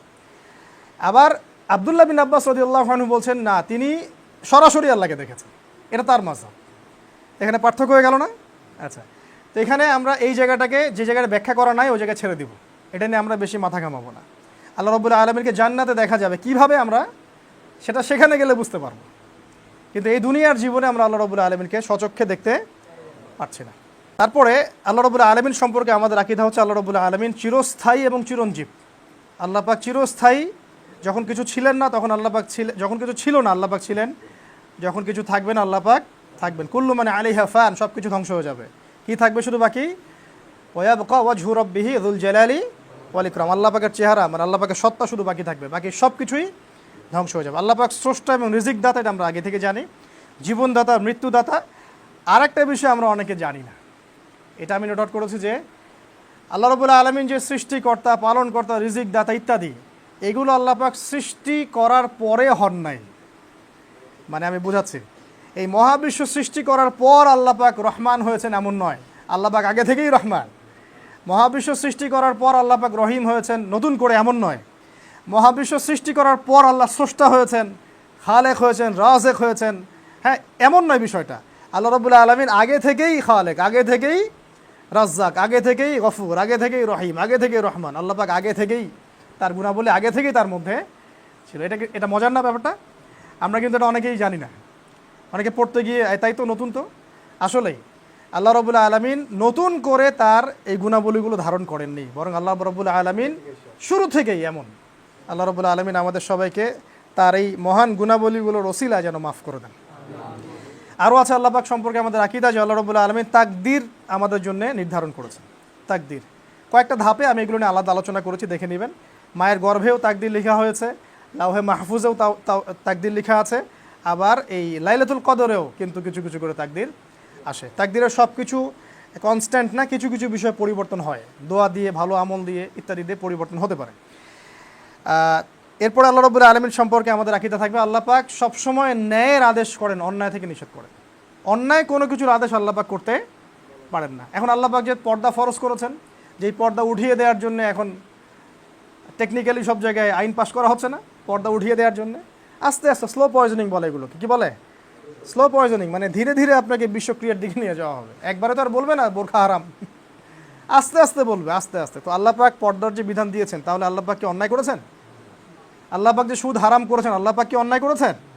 আল্লাহ পাক যে বলেছেন যে এই যে হত্যার বদলে হত্যা, চোরের হাত কেটে দেওয়া, হ্যাঁ ডাকাতি করলে হাত একদিকে পা একদিকে কেটে দেওয়া, মুরতাদ হলে তাকে মৃত্যুদণ্ড দেয়, এগুলো কি আল্লাহ পাক অন্যায় করেছেন? তাহলে আকীদা স্পষ্ট করতে হবে। আল্লাহ রাব্বুল আলামিন কোরআন এবং হাদিসে যা বলেছেন, এগুলো কোনোটাই তিনি অন্যায় কিছু বলতে পারেন না। আল্লাহ পাক কখনো অন্যায়ের আদেশ করতে পারেন না। তার মানে আল্লাহ পাক যা আদেশ করেছেন সেগুলো ন্যায়। সেগুলো কি? আল্লাহ পাক যেগুলো করতে বলেছেন কোরআনে এবং হাদিসে, সেগুলো অবশ্যই ন্যায় এবং ভালো। যেগুলো করতে বলেন নাই, নিষেধ করেছেন, সেগুলো নিঃসন্দেহে অন্যায়। তার মানে হক বাতিল, ন্যায় অন্যায়ের মানদণ্ড কে ফিক্স করবে? আল্লাহ পাক। তার মানে আল্লাহ পাক যেটাকে ন্যায় বলছেন সেটাই ন্যায়, যেটাকে অন্যায় বলছেন সেটা অন্যায়। তা আমরা এখানে তো আর অন্য কোনো দর্শনের দরকারই নাই, অন্য কোনো দর্শন, অন্য ইজম, অন্য মানে উসুল, অন্য কেয়াস, অন্য ফিলোসফি, এগুলো তো প্রয়োজনই নেই আমাদের কাছে। আল্লাহ পাকের পক্ষ থেকে চূড়ান্ত একটা সত্য মিথ্যার মানদণ্ড নাজিলই করা হয়েছে, আলহামদুলিল্লাহ। এটা কি শুধু এই উম্মতের জন্য প্রথম নাজিল করা হয়েছে? না, পূর্ববর্তী সমস্ত উম্মতের ক্ষেত্রেও এটা নাজিল করা হয়েছিল। আচ্ছা, আল্লাহ পাক সম্পর্কে আমাদের আরও আকীদা পরিষ্কার থাকবে যে হেদায়েত কে দেন? শুধুমাত্র আল্লাহ রাব্বুল আলামিন। আশ্রয় দেন কে? আল্লাহ রাব্বুল আলামিন। নিরাপত্তা কে দেন? আল্লাহ রাব্বুল আলামিনের সিদ্ধান্ত কি কেউ পরিবর্তন করতে পারবে? আল্লাহ রাব্বুল আলামিনের সমকক্ষ কেউ আছে? বা কেউ কি আল্লাহ পাকের প্রতিদ্বন্দ্বিতা করতে পারবে কিনা? পারবে না। আরেকটা বিষয় মাথায় রাখবেন, আল্লাহ রাব্বুল আলামিন আমাদের কাছ থেকে ওয়াদা নিয়েছিলেন, এটা আকীদায় রাখবেন। আল্লাহ পাক আমাদের কাছ থেকে কি নিয়েছিলেন? এটা আলাস্তু বিরব্বিকুম, আল্লাহ রাব্বুল আলামিন বলেছেন, আহদে আলাস্তু বলা হয়। রুহের জগতে মানুষের রুহগুলোর কাছে আল্লাহ পাক ওয়াদা নিয়েছিলেন, আলাস্তু বিরব্বিকুম, আমি কি তোমাদের রব নই? আমরা বলেছিলাম বালা, অবশ্যই আপনি আমাদের রব। এটা আমরা দুনিয়াতে অনেক সময় ভুলে গেছি। এই কারণে আল্লাহ পাক দুনিয়াতে নবী রাসূল পাঠান, দুনিয়াতে আল্লাহ রাব্বুল আলামিন আসমানি কিতাব পাঠান, এই যে আলেম ওলামা আছে, মানুষকে হেদায়েত দিয়ে এটা মনে করিয়ে দেন যে আল্লাহ পাকই আমাদের রব। তো আল্লাহ রাব্বুল আলামিন সম্পর্কে আমরা এই প্রাথমিক ধারণাগুলো মাথায় পরিষ্কার স্পষ্ট ঈমান ও আকীদা রাখবো ইনশাআল্লাহ। আর যেগুলো ব্যাখ্যা বিশ্লেষণ গভীর, এগুলোর দিকে আপাতত আপনাদের না গেলেও চলবে। যদি যেতে চান তাহলে ওলামায়ে কেরামের কাছে গিয়ে পরামর্শ করে করবেন, অন্যথায় নিজে নিজে ব্যাখ্যা করতে যাবেন না। আল্লাহ পাক আমাদের সবাইকে আল্লাহ সম্পর্কে বিশুদ্ধ আকীদা রাখার তৌফিক দান করুন। এখন এটা গেল তাওহীদের কথাগুলো।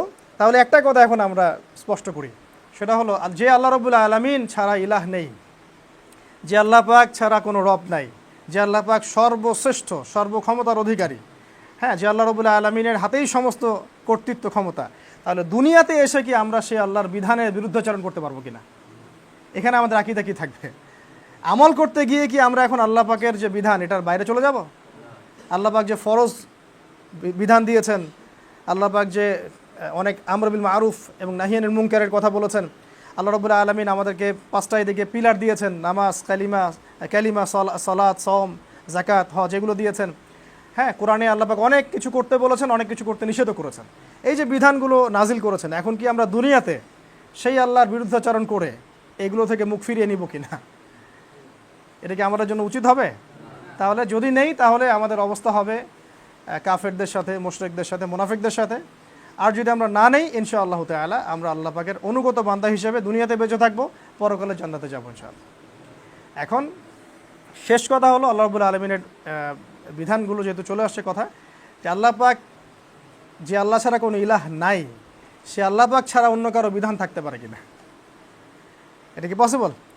এই পুরো মহাবিশ্ব সৃষ্টি করেছেন কে? এখন পুরো মহাবিশ্বে কার বিধান চলে?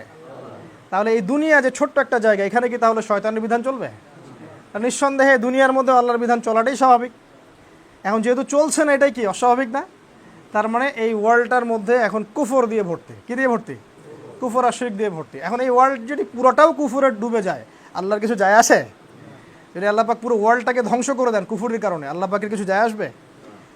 একজন মুমিন বান্দা যদি জীবিত থাকেন, আল্লাহ রাব্বুল আলামিনের কাছে ওই মুমিন বান্দার সম্মান সমস্ত মানুষের চেয়ে বেশি। যে মুমিন বান্দা আল্লাহ রাব্বুল আলামিনের বিধানগুলো নিজে মেনে চলে, সেটা দাওয়াত দেয়, সেটা প্রচার করে এবং সেটা প্রতিষ্ঠার চেষ্টা করে। এই হলো সহজ সরল একটা দর্শন, যেটা আমরা আল্লাহ রাব্বুল আলামিন সম্পর্কে রাখবো এবং তার দিন সম্পর্কে রাখবো। এখন ইমানের এক পিলার এটা চলে গেল। দ্বিতীয় পিলার কি ভাই? ওয়া মালাইকাতিহি। আমি খুব শর্ট করে শেষ করে দিচ্ছি। ওয়া মালাইকাতিহি মানে কি? মালাক মানে ফেরেশতা, মালাইকা মানে ফেরেশতা মণ্ডলী, এটা বহু বচন। যেমন আপনার আকীদা এটা এক বচন, আকায়েদ হচ্ছে বহু বচন। এরকম মালাক মানে হলো একজন ফেরেশতা, আর মালাইকা মানে অনেক ফেরেশতা। এখন মালাইকা আল্লাহ পাকের সৃষ্টি কিনা? আল্লাহ পাক তাদেরকে আল্লাহর বান্দা বলছেন। মালাইকাকে আল্লাহ কি বলছেন? বান্দা বলছেন। কি দিয়ে সৃষ্টি? উত্তর হচ্ছে নূর দিয়ে। কি দিয়ে? নূর দিয়ে। আমরা কিসের সৃষ্টি? মাটি। জিন জাতি কিসের সৃষ্টি? আগুনের। মালাইকা কিসের সৃষ্টি?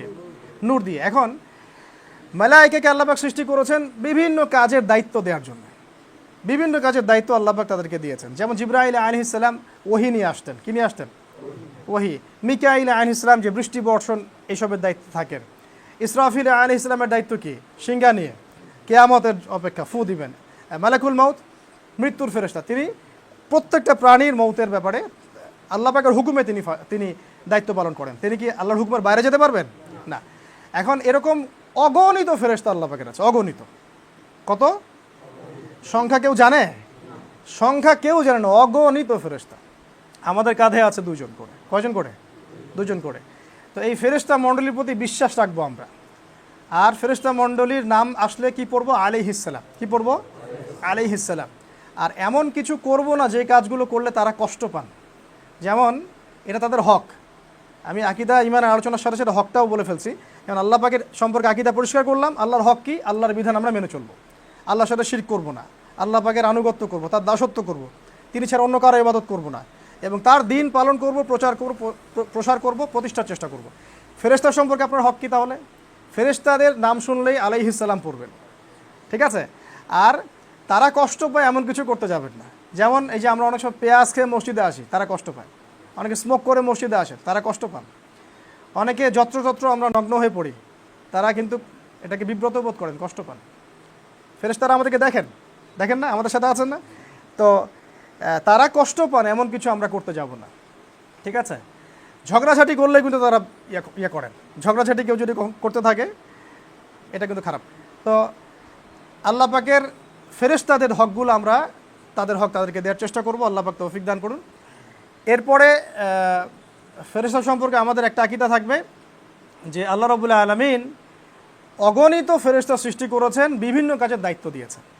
এখন এখানে এমন শক্তিশালী ফেরেশতাও আছে যার এক ফুৎকারে পুরো মহাবিশ্ব কী হবে, ধ্বংস হতে পারে। এখন ফেরেশতারা আমাদের জন্য যেন দোয়া করেন সেরকম করে আমরা চলার চেষ্টা করব। কেমন? আমরা যদি ইলম অর্জন করি, ফেরেশতারা আমাদের জন্য দোয়া করবেন। আমি হাদিসগুলো বলার সময় পাচ্ছি না। আমরা যদি ইলম অর্জন করি, ইলমের পথে চলি, ফেরেশতারা আমাদের জন্য দোয়া করেন।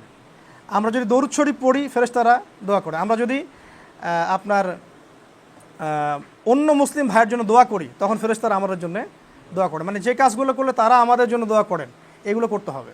যেমন সেজদায় থাকলে, মসজিদে এসে বসে থাকলে ফেরেশতারা ইস্তেগফার করেন। লাইলাতুল কদরে জাগ্রত হলে ফেরেশতারা কী করেন? আমাদের জন্য দোয়া করেন। এই কাজগুলো আমরা করার চেষ্টা করবো। আল্লাহ পাক তৌফিক দান করুন। তা 2 নম্বর গেল। 3 নম্বর হচ্ছে ওয়া কুতুবিহি, আসমানি কিতাব। আসমানি কিতাব বলতে প্রথম কোনটা? আল কোরআন। আল কোরআনুল কারীমের উপর ঈমান রাখার অর্থ হচ্ছে এর মোটামুটি 6টা হক আদায় করা। কয়টা ভাই? প্রথমে বিশ্বাস রাখা যে কোরআন হচ্ছে আল্লাহর কালাম। কোরআন কি? আল্লাহর কালাম। কোরআন আল্লাহর সৃষ্টি নয়। কোরআন কিন্তু আল্লাহর সৃষ্টি নয়, কোরআন আল্লাহর কালাম। এরপরে যে কোরআনকে আল্লাহর কালাম বলে বিশ্বাস করে না, সে কুফর, সে কাফির হবে, সে কুফরি করবে। যে কোরআনকে আল্লাহর কালাম বলে বিশ্বাস করে না, সে কি হবে? কাফির হবে। এই কোরআন সম্পর্কে আমাদের কি আকীদা হবে? আমরা কোরআন পড়া শিখবো ইনশাআল্লাহ। এটা আমাদের হক, কোরআনের প্রতি আমাদের হক। কোরআন পড়া শিখবো ইনশাআল্লাহ। 2 নম্বর, কোরআনের অর্থটা বোঝার চেষ্টা করবো ইনশাআল্লাহ। আমরা কোরআনকে পারলে মুখস্থ করার চেষ্টা করবো ইনশাআল্লাহ।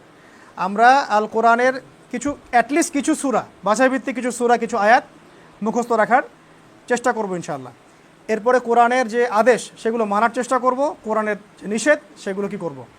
বর্জনের চেষ্টা করব। আর কোরআনের দাওয়াত মানুষের কাছে প্রচার করব। এগুলো কোরআন কেন্দ্রিক আমাদের কাজ। তাহলে কোরআনের প্রতি ঈমান খালি মুখে বললেই হবে না, কিছু কাজে প্রমাণ করতে হবে? আচ্ছা, অ্যাটলিস্ট বিশ্বাস করি আমরা কোরআন আল্লাহর কালাম। যে বিশ্বাস করে না তাকে আমরা এটা কুফরি মনে করি। আর কোরআনের হকগুলো আদায় করার চেষ্টা করি। এক কথায় কোরআনে আল্লাহ পাক যে বিধিবিধানগুলো নাজিল করেছেন এগুলোকে আমরা মনে ধারণ করি, মুখে স্বীকার করি এবং কাজেও বাস্তবায়নের চেষ্টা করি। ব্যাস। এরপরে কি আছে? বা কুতুবিহি ওয়া রুসুলিহি। আচ্ছা, কুতুবিহির কথাটা বলি। কুতুবিহি মানে কিন্তু সব কিতাব। এখানে শুধু কোরআনের প্রতি ঈমান রেখেছি, তাওরাত, জাবুর, ইনজিল বিশ্বাস করি না এমন নয়। কিন্তু আমরা সমস্ত আসমানি কিতাবে কি করি? বিশ্বাস করি। আল্লাহ পাক এরকম প্রচুর আসমানি কিতাব নাজিল করেছে, সহিফা এবং বড় কিতাবের রূপে। এখন যাদের উপর সহিফা নাজিল হয়েছে আমরা তাদেরকে নবী বলি। যাদের প্রতি আসমানি বড় বড় কিতাব যেমন তাওরাত, জাবুর, ইনজিল এগুলো এসেছে তাদেরকে আমরা কি বলি? রাসূল বলি। তো আমরা কি তাওরাত মানি না? জাবুর, ইনজিল এগুলো সবই মানি। তাওরাত নাজিল হয়েছিল মূসা আলাইহিস সালামের উপরে। জাবুর কার উপরে? দাউদ আলাইহিস সালাম। ইনজিল কার উপরে? ঈসা আলাইহিস সালাম। আল কোরআন মুহাম্মদ রাসূলুল্লাহ সাল্লাল্লাহু আলাইহি ওয়াসাল্লাম। এই প্রতিটা কিতাবেই আল্লাহ পাকের তাওহীদের কথা আছে। প্রতিটা কিতাবেই শেষ নবী মুহাম্মদ সাল্লাল্লাহু আলাইহি ওয়াসাল্লামের ব্যাপারে বলা আছে, তার নাম হবে আহমদ। এখন আগের কিতাবগুলো কেন রহিত হয়ে গেল? বিকজ মানুষ সেই কিতাবগুলোর মূলনীতিগুলো পরিবর্তন করে ফেলেছে। এখন অনেকে হাদিস জাল করে ফেলছে না, কোরআনের উল্টাপাল্টা ব্যাখ্যা আসে না। এরকম করে আগেকার মানুষরাও, বনু ইসরাঈলরাও কী করেছিল? কোরআন, তাওরাত, জাবুর, ইনজিলকে বিকৃত করেছে। তখন আল্লাহ পাক নতুন করে এই কোরআন নাজিল করেছেন। বা কুতুবিহি, এই কিতাব নিয়ে কথা বলছে। এই কিতাব সম্পর্কে একটা কথা বলতে ভুলে গেছি, সেটা হলো যে দেখুন আল্লাহ রাব্বুল আলামিন যতগুলো কিতাব নাজিল করেছেন এই প্রত্যেকটা কিতাব আল্লাহ পাক এই কথাটা খুবই মোটা দাগে নাজিল করেছেন যে আল্লাহ রাব্বুল আলামিন ছাড়া এই মহাবিশ্বের কোনো রব নাই। তাওহীদের কথাটা, এই তাওহীদের কথাটা শুধুমাত্র যে কোরআনে আছে এমন নয়। এই যে যেমন সুদের কথা শুধুমাত্র যে কোরআনে আছে এমন নয়, আগেকার ধর্মগ্রন্থের মধ্যে এটা নিয়ে কথা ছিল। জিনার কথা শুধু যে কোরআনে আছে এমন নয়, আগেও ছিল। তো মূল যেটা তাওহীদের কথা, এটা কোরআন শুধু নয়, প্রতিটা ধর্মগ্রন্থেই এসেছে। তো আমরা এই কিতাব সম্পর্কে কি আকীদা রাখবো? যে কিতাব আল্লাহ রাব্বুল আলামিন বহু কিতাব নাজিল করেছেন, সর্বশেষ কিতাব কি? আল কোরআন। এই কোরআন মেনে চলবো ইনশাআল্লাহ, এর হকগুলো আদায় করবো ইনশাআল্লাহ। এখন তারপরে আসি, শেষ করে দিচ্ছি আমি আস্তে। রুসুলিহি, রুসুলিহির মানে রাসূলগণ। রসুল এক বচন আর রসুল বহু বচন। আমরা প্রথমত আমাদের নবী সাল্লাল্লাহু আলাইহি ওয়াসাল্লামের উপরে ঈমান রাখি, এই তো। এখন আমরা কিন্তু আকীদা নিয়ে যখন আলাপ করি তখন তর্ক শুরু করি নবী কিসের তৈরি, তাই না? মাটির তৈরি, নূরের তৈরি, এগুলো নিয়ে তর্ক করি। কিন্তু এই যে বরেণ্য যে আকীদার বইগুলো সেখানে এটা কোনো সাবজেক্টই নাই। বুঝতে পারেন কথা বলে আকীদার আমরা যখন কথা বলি সমাজে তখন দেখা যায় আমরা 2-3টা বিষয় নিয়ে বেশি কথা বলি। এক, আল্লাহ পাক অনেকে বলে সর্বত্র বিরাজমান, আর কেউ বলে আল্লাহ পাক আরশের উপরে। এই তো তর্ক, এটাই মনে হয় যে এটাই হলো আকীদার মূল জিনিস। হ্যাঁ, অথচ এগুলোর মধ্যে কোনো কনফ্লিক্ট নাই। আল্লাহ রাব্বুল আলামিন আরশে আজিমে সমুন্নত থেকেও তিনি তার বান্দার প্রত্যেকটা বিষয়ের খোঁজখবর কি রাখেন, জ্ঞানের মাধ্যমে, ক্ষমতার মাধ্যমে, সব কিছুর মধ্যে দিয়ে আল্লাহ পাক সর্বত্র বিরাজমান না? এখানে আল্লাহ পাকের ক্ষমতা নাই? আমরা যে দাঁড়িয়ে আছি, বসে আছি, ক্ষমতা নাই? আছে। আল্লাহ পাক এখন আমাদেরকে দেখছেন না? আল্লাহ পাক সর্বদ্রষ্টা, সর্বক্ষমতার অধিকারী সব জায়গাতেই। কিন্তু এর মানে কি এই যে আল্লাহ পাক এখানে দাঁড়িয়ে আছেন, বসে আছেন? তাহলে এই ব্যাখ্যাটাই তো, তর্কটাই তো মানে অবান্তর একটা তর্কটাই তো অবান্তর। ঠিক একইভাবে দেখুন, রাসূল সাল্লাল্লাহু আলাইহি ওয়াসাল্লাম কিসের তৈরি এটা নিয়ে আমরা তর্ক করি, মাটির নাকি নূরের, ইত্যাদি ইত্যাদি। এখন রাসূল সাল্লাল্লাহু আলাইহি ওয়াসাল্লাম কি জাহিলিয়াতের অন্ধকার দূর করে দেন নাই? তাহলে তিনি আলোর কাজ করেন নাই? করেছেন কি না? আর আল্লাহ রাব্বুল আলামিন তাকে কোরআনে বলছেন যে তিনি একজন বাশার। বাশার মানে মানুষ। এই তো আমরা তর্ক করি এগুলো নিয়ে, কিন্তু আকীদার যে কিতাবগুলো, এই কিতাবগুলোর মধ্যে কিন্তু এরকম তর্কের আলাদা কোনো টাইটেল দেওয়া নাই যে অধ্যায় তিনি কিসের তৈরি, এরকম নাই। যেমন আছে ফেরেশতারা নূরের তৈরি, অধ্যায় আছে, কিন্তু এখানে এরকম কোনো অধ্যায় নাই। কি আছে?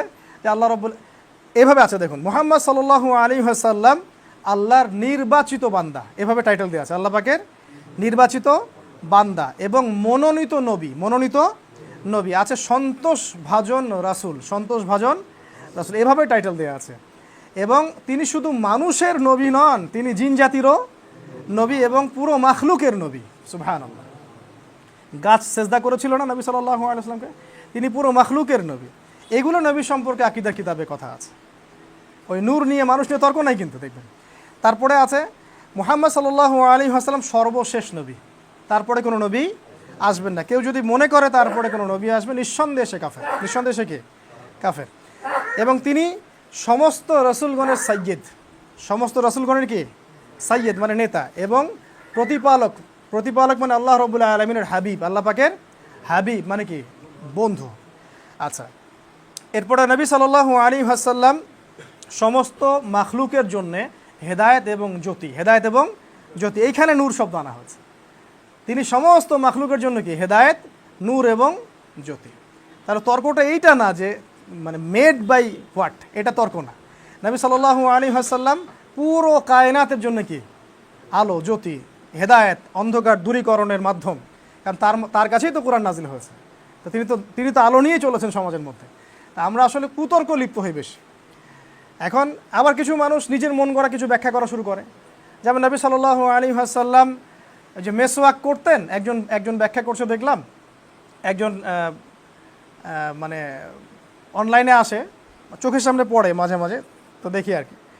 তিনি বলছেন দেখলাম যে তার মুখে নাকি নাউজুবিল্লাহ দুর্গন্ধ ছিল। হাদিসে কিন্তু দুর্গন্ধ শব্দ নাই। হাদিসে আছে জিবরাইল আলাইহিস সালাম এসে তাকে বলছেন যে আপনি মিসওয়াক করুন, আপনি মিসওয়াক করুন।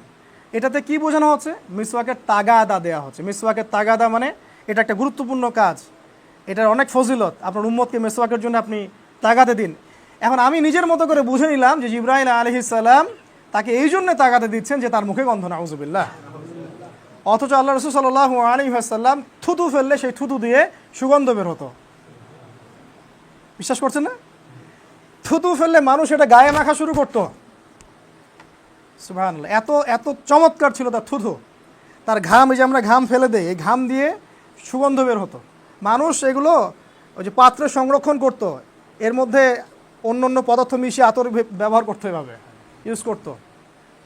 অজু করে যে পানিটা তিনি রেখে দিতেন, সেই পানি মানুষ কারাকারি করে নেয়ার ও গায়ে মাখার চেষ্টা করত। ছোট্ট সাহাবী ছিলেন সম্ভবত আনাস রাদিয়াল্লাহু আনহু সম্ভবত। তো উনার মুখে একদিন রাসূল সাল্লাল্লাহু আলাইহি ওয়াসাল্লাম কুলি করে দিয়েছিলেন। এটা একটা হাদিস আছে। মানে অজু করতে করতে তার সামনে পড়েছে, বাচ্চাদের সামনে আমরা মজা করি না অনেক সময়, তো তিনি কুলি করে দিয়েছেন তার মুখের মধ্যে। এই যে মানে আল বিদায়া ওয়ান নিহায়া এই কিতাবগুলোর মধ্যে এসেছে যে ওই সাহাবীর বয়স যখন অনেক বেশি হয়ে গেছে, 80-90 এরকম, তখনও তার চেহারাটা একদম নূরে চকচক করছিল। তা আমরা হাদিসের এইভাবে ব্যাখ্যা করা যাবে না। তো এখানে কি ওইখানে ব্যাখ্যা এভাবে করা আছে যে তার মুখে দুর্গন্ধ ছিল বিধায় তিনি এটাকে মেসওয়াক করতে বলেছিলেন? এই মন গড়া ইন্টারপ্রিটেশন করতে গিয়ে সমাজের মধ্যে বিভক্তির সৃষ্টি হয়েছে। খুব খেয়াল রাখবেন, যেটা যে হালাতে আছে ওই হালাতে ছেড়ে দেন আপনি। এমন কোনো বুঝ আমরা নিব না, বা এমন কোনো ব্যাখ্যাও করব না যেটা সাহাবীরা করেন নাই, তাবেঈনরা করেন নাই। নিজের মতো করে আমরা কোনো ব্যাখ্যা করব না, আমরা ইজতিহাদ করতে পারি। যেমন বিকাশ রকেট হাবিজাবি সাহাবীর যুগে ছিল, তাহলে ওইখানে কি আপনি সমাধান পাবেন? এখনকার মুস্তাহিদ ইমামগণ বা আলেমগণ এটা সমাধান দিবেন, এই তো বিষয়। কিন্তু তাদের মূলনীতি মেনেই সমাধান দিবেন। তো এই বুঝের বাইরে নতুন করে কোরআন হাদিসের বুঝতে গেলেই সমস্যা আছে।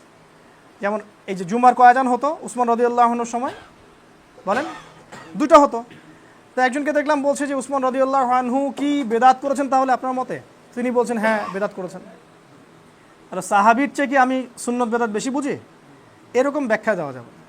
ওই যে আপনাদের দাড়ির একটা মাসালা আছে না, যে এক মুষ্টি আব্দুল্লাহ বিন ওমর রাদিয়াল্লাহু আনহু দাড়ি হজের মৌসুমে কি করেছেন? তিনি এক মুষ্টি রেখে বাকিটা সাইজ করেছেন, কর্তন করেছেন।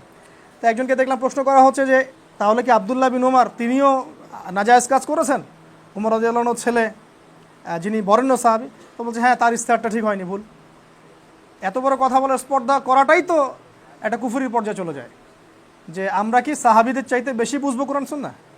অর্থাৎ সাহাবীদের, এটাই সাহাবীদের মানহাজ, আর এটাকে ফলো করেই ইমামগণ তাদের মাযহাব প্রতিষ্ঠা করেছেন। আমার কথা কি বুঝতে পারছেন? আচ্ছা, অতএব এই ক্লাসিক্যাল ট্র্যাকে থাকলে কোনো সমস্যা নেই। তো এখন আমরা রাসূল সাল্লাল্লাহু আলাইহি ওয়াসাল্লাম সম্পর্কে এই ধারণাগুলো পরিষ্কার রাখবো। আর কি আকীদা রাখবো? তিনি আমাদের জন্য সুপারিশ করবেন, করবেন কি না? তিনি আমাদের জন্য সুপারিশ, উম্মতের কবিরা গুনাহগার ব্যক্তিদের জন্য আল্লাহ রাসূল সুপারিশ করবেন, এটা মাথায় রাখবেন। তবে বেদাতীদেরকে তিনি তাড়িয়ে দিবেন, বেদাতীদেরকে তাড়িয়ে দিবেন। এটা সহিহ বুখারী হাদিসে আসছে, সুহকান লিমান গায়রা বাদি। আরও আমরা স্পষ্ট আকীদা রাখবো নবী সাল্লাল্লাহু আলাইহি ওয়াসাল্লাম সম্পর্কে, তিনি সশরীরে ইসরা মেরাজে গিয়েছেন, ঘুমে নয়, স্বপ্নযোগে নয়। কিভাবে গিয়েছেন? সশরীরে তিনি ইসরা মেরাজে গিয়েছেন, এবং আল্লাহ পাক তাকে হাউজে কাউসার দান করেছেন। কি দান করেছেন? ওই হাউস থেকে ইনশাআল্লাহ তিনি আমাদেরকে পানি পান করাবেন। এগুলো আমরা আকীদা স্পষ্ট রাখবো, এবং কবরেও নবী সাল্লাল্লাহু আলাইহি ওয়াসাল্লামকে দেখানো হবে ইনশাআল্লাহ। আচ্ছা, ওয়া রুসুলিহি, তারপরে বাকি রাসূলদের সম্পর্কে আমাদের আকীদা কি থাকবে? তারা সবাই কি ছিলেন? আল্লাহ পাকের মনোনীত বান্দা ছিলেন, রাসূল ছিলেন। তারা সবাই তাওহীদ নিয়ে এসেছেন। তারা কেউ কিন্তু মানে কোনো খারাপ কোনো মতবাদ নিয়ে পৃথিবীতে আসেন না। সমস্ত নবী রাসূলের মিশন একই ছিল, আর সমস্ত নবী রাসূলই মাসুম। সমস্ত নবী রাসূল কি মাসুম? তারা গুনাহ থেকে মুক্ত ছিলেন। আল্লাহ রাব্বুল আলামিন আমাদেরকে সমস্ত নবীদের সম্পর্কে এই আকীদা রাখার তৌফিক দান করুন। ঠিক আছে, তারপরে আছে ওয়াল ইয়াউমিল আখির, তাই তো? 5 নাম্বার কি? ইমানের 5 নাম্বার কি বলেন? শেষ হয়ে গেছে। ওয়াল ইয়াউমিল আখির, ইয়াউমিল আখির মানে পরকালের দিন। আর পরকালের দিন বলতে শুধু ওই দিনই না, বরং মৃত্যু থেকে শুরু করে সমস্ত ধাপকে বোঝানো হয়। তাহলে আমরা আকীদা রাখবো, ইমান রাখবো যে আমাদের মৃত্যু হবে, মৃত্যুর সময় ভালো ফেরেশতা আসবেন অথবা খারাপ ফেরেশতা আসবেন। মানে ভালো ফেরেশতা বলতে জান্নাতি অথবা জাহান্নামী। জান্নাতি ফেরেশতারা আসলে বুঝে নিবে সে জান্নাতে যাচ্ছে ইনশাআল্লাহ। আর যদি জাহান্নামের ফেরেশতা রূহ নিতে আসে, বুঝে নিবে যে সে কোথায়, আল্লাহ মাফ করুক, এটা সম্ভাবনাই বেশি। এরপরে আমরা বিশ্বাস করি যে এরপরে মানুষের মৌত হবে, প্রত্যেকটা নফস কি করবে?